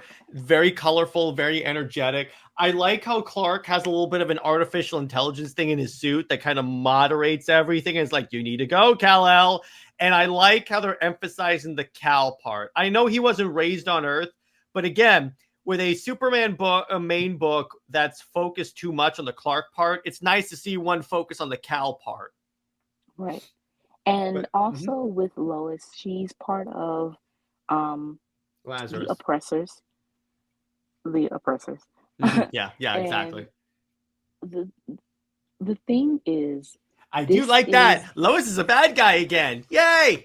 however, how, first of all, the shippers are already saying that this is a enemies to lovers arc. And it's kind of like, again, this is a new universe, or, a new world. Why is it, if this is something new and supposed to be, fresh takes, the characters aren't supposed to be where they supposedly should be. I still don't like the should be, because they can be in different Yeah, but roles. Brit, here's the thing. The shippers are going to ship characters no matter what. There are people that ship Diana and Mira. So, or more egregiously, Diana and Kara. So don't take what the shippers say seriously. Even if Right. the editor responded to that, I'm like, no, I guarantee you. First off, these stories are not going to change. They're probably already like, I guarantee you they have the entire year of stories plotted out. And Well, they do, but I'm just yeah, saying that you if you are going to do a new universe, then it's a new universe. yeah. Don't fall into the same trappings, Oh, because yeah, I agree with you. It's just, I think that, can I be honest, Britt? Think you're being a little too alarmist where at this I'm when not Lois shows up and stuff. Come on. I'm not. It's just I'm not. It's just that when you when okay, first, the expectation of, just because she's in the book or she shows up, they automatically think, oh, she is going to be shipped with Clark. And Hmm. it's kind of like, why can't she be independent? Why does it have to lead? And again, it also is a contradictory statement and double standard, because if you think Superman and Wonder Woman is obvious and predictable, you are expecting Chloe to be in everything. So isn't that just as predictable or obvious? Well, no one ever And said these people were intellectually consistent, Britt. right. And second, again, her you are taking away what this story is supposed to be about, which is Superman being the champion of the oppressed. That's all we want, is to read Superman actually caring for other people. And once Lois comes into the picture, it feels like the attention is off of Superman helping others, and he becomes selfish, and it's only about Lois. So that's my issue with Superman Okay. and her as a character coming into, you know, even with Diana and Steve, how we saw within the movies, how her entire character revolved around Steve, and her motivation, or her lack of motivation, for being a hero, um, for and walking away from humanity, or the initial idea of the reason why she know what love is because of Steve. And then within Tom King's run, which I've, voiced on here and on Twitter, was that she, first of all, we don't see that relationship um explored at all within the run, within the 14 issues. It just comes out of nowhere to say that Wonder Woman and Steve are supposed to be together. And then you have him die in the most contrived No, and in the way he deserves, in the way Steve deserves. Let's face it. You know me, Britt. I gotta be petty. you have him die in, yeah, in that way, and Diana just gives up. It's, and she cries over a flag, and she cries over him, and she just gives up, but she cries more than, we don't even see her emotionally devastated that hundreds of her sisters were captured, imprisoned, and murdered in front of their families. You know, we don't see that. So that's my issue with Lois and Steve. And when they are within the books, Clark and Diana become selfish, and they aren't the champions of the people. They aren't the inspirational heroes anymore. They are more so just, um, Steve and Lois's lapdogs, I and see. that's part of why we end up with stories like Injustice, or just that whole Clark and Diana needs to be with them in order for them to have their humanity, or else they're gonna end up like some rabid dog, evil or something like that. I just don't like that sort of I don't like those implications. And especially with, what they represent as an immigrant and a refugee, and that diversity and that um just that otherness, how that is represented and how that is being degraded. And again, that xenophobic and borderline racist implication, I do not tolerate. So with what Superman and Wonder Woman is supposed to stand for, I don't like, when that goes into Steve and Lois being their motivation. Okay, I understand that. I take back what I said, Brit. So, You're but good. all in all, not a bad start. Now, here's the thing, though.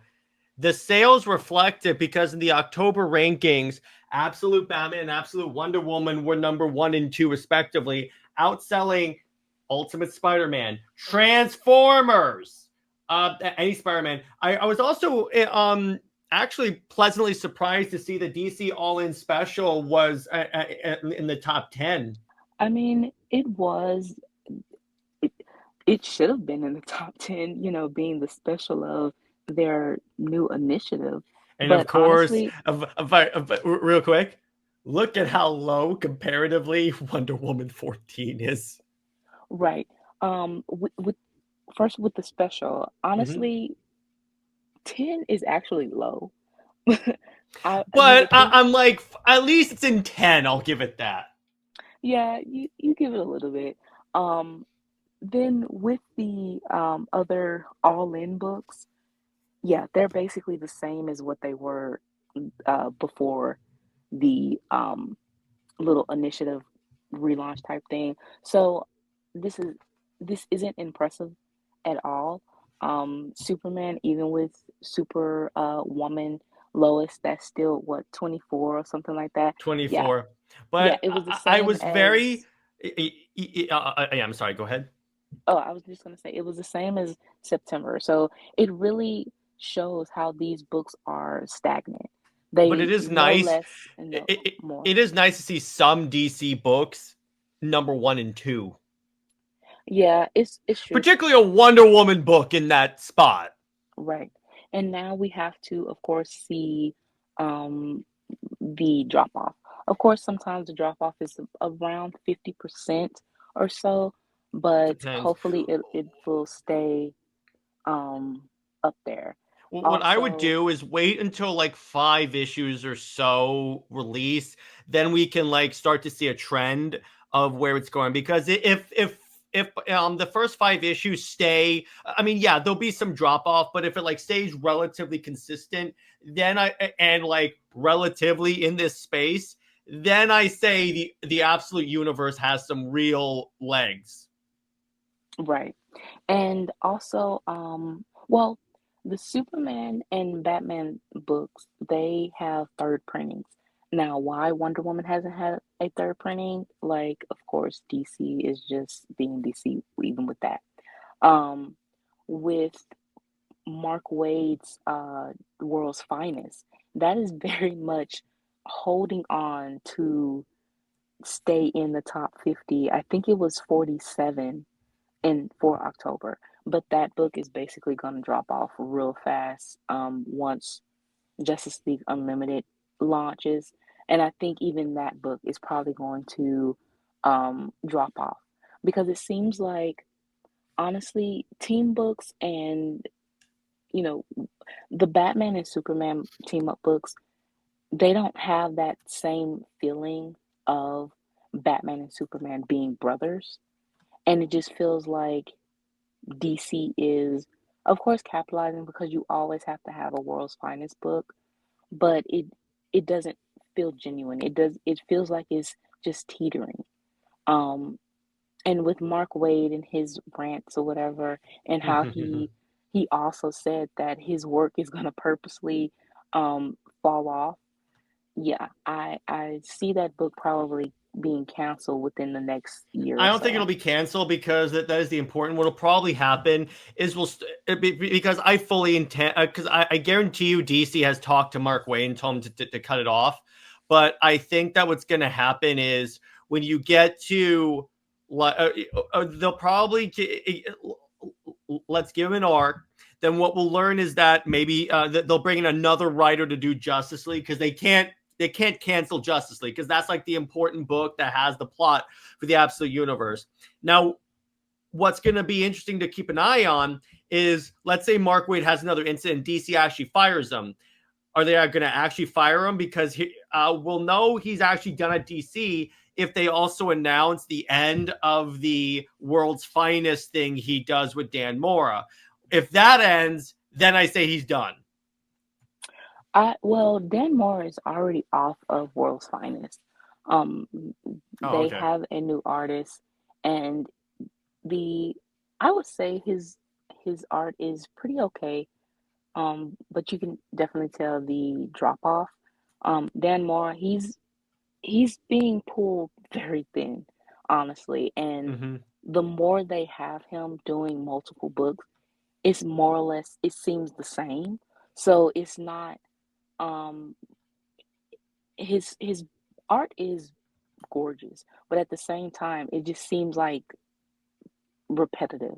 So it doesn't have that same wow factor anymore.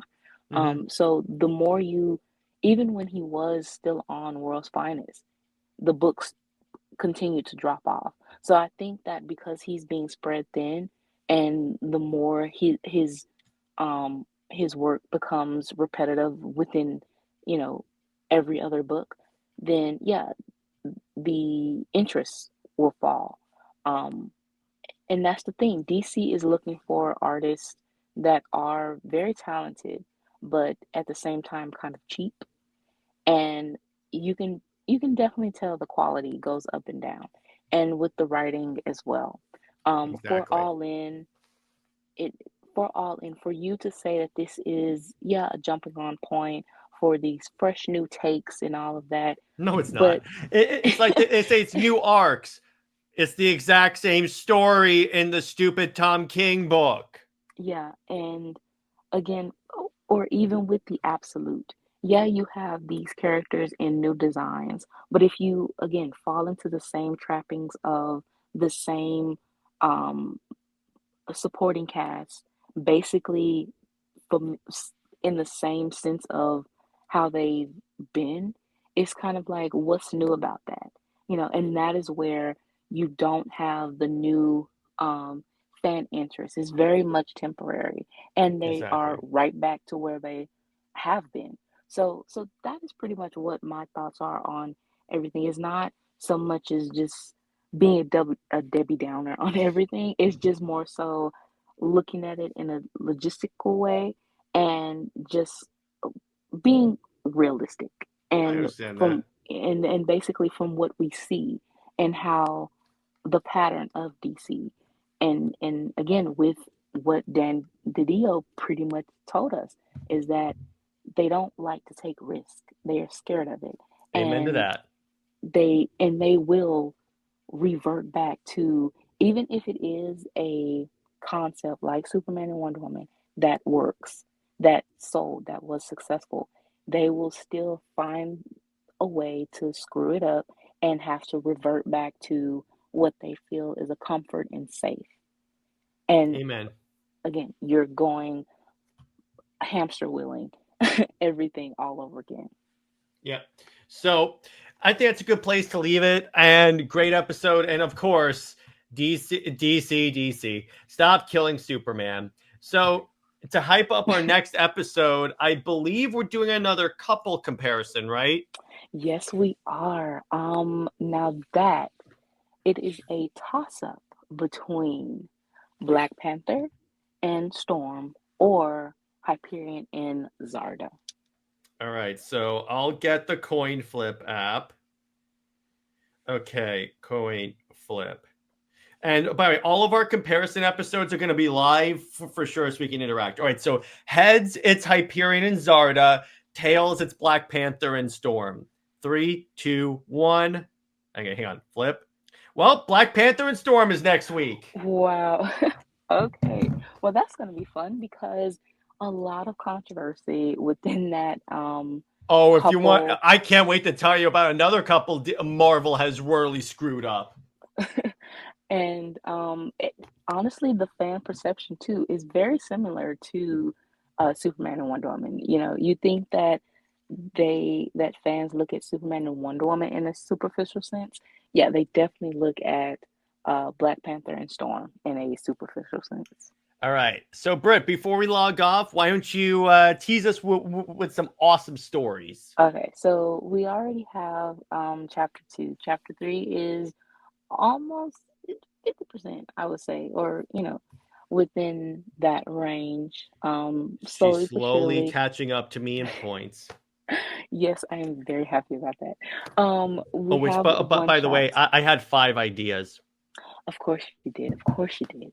Um, so I sent you earlier a one shot that I will be uploading, and then that was 1 out of 3. So there will be 3 one shots coming soon, and then of course we have planning Shelterverse. And again, I love this verse so much because the story and we will actually have an episode of telling a little bit more about um, our multiverse for the Shelterverse and give little hints of the stories that we have. So the story that I'm really invested in right now, yeah, that is my favorite. And with us going back and forth trying to make each other cry, it's so much fun. Sometimes I feel like an a-hole because I'm like, yes, I'm rejoicing whenever I get a crying cat emoji. It is, but it's so much fun to be building and coming up with ideas, because honestly, with Clark and Diana's relationship, you can really put them in a lot of different situations, especially with the drama. With the relationship drama, you can really test their relationship and see how strong they can be. And this story that we have is really testing them and putting them in a very um, emotionally, and it's a big emotional battle. And that is pretty much why I love this story so much. Hell Um, yeah. and also, we've got gained another 100 followers for the Instagram. So, yeah, Winning. I would say that probably by March, I would say it will be hitting the 70K mark, and then um, I wouldn't say 100,000 by the end of next year, but we will be close to it. I would say if we keep going within the way that we are with gaining the followers. And for a ship that people say, oh, no one likes or was a failure, yeah, you can say that to the 66,800 followers. No, that's definitely not true. That's definitely saying otherwise, and I truly appreciate the support. Hell yeah. So stay heroic, everyone. Remember, Lois Lane is Lois Lane. She belongs to General Zod and Bizarro. Zois, Bizarro, and Maxabat for life. See you later.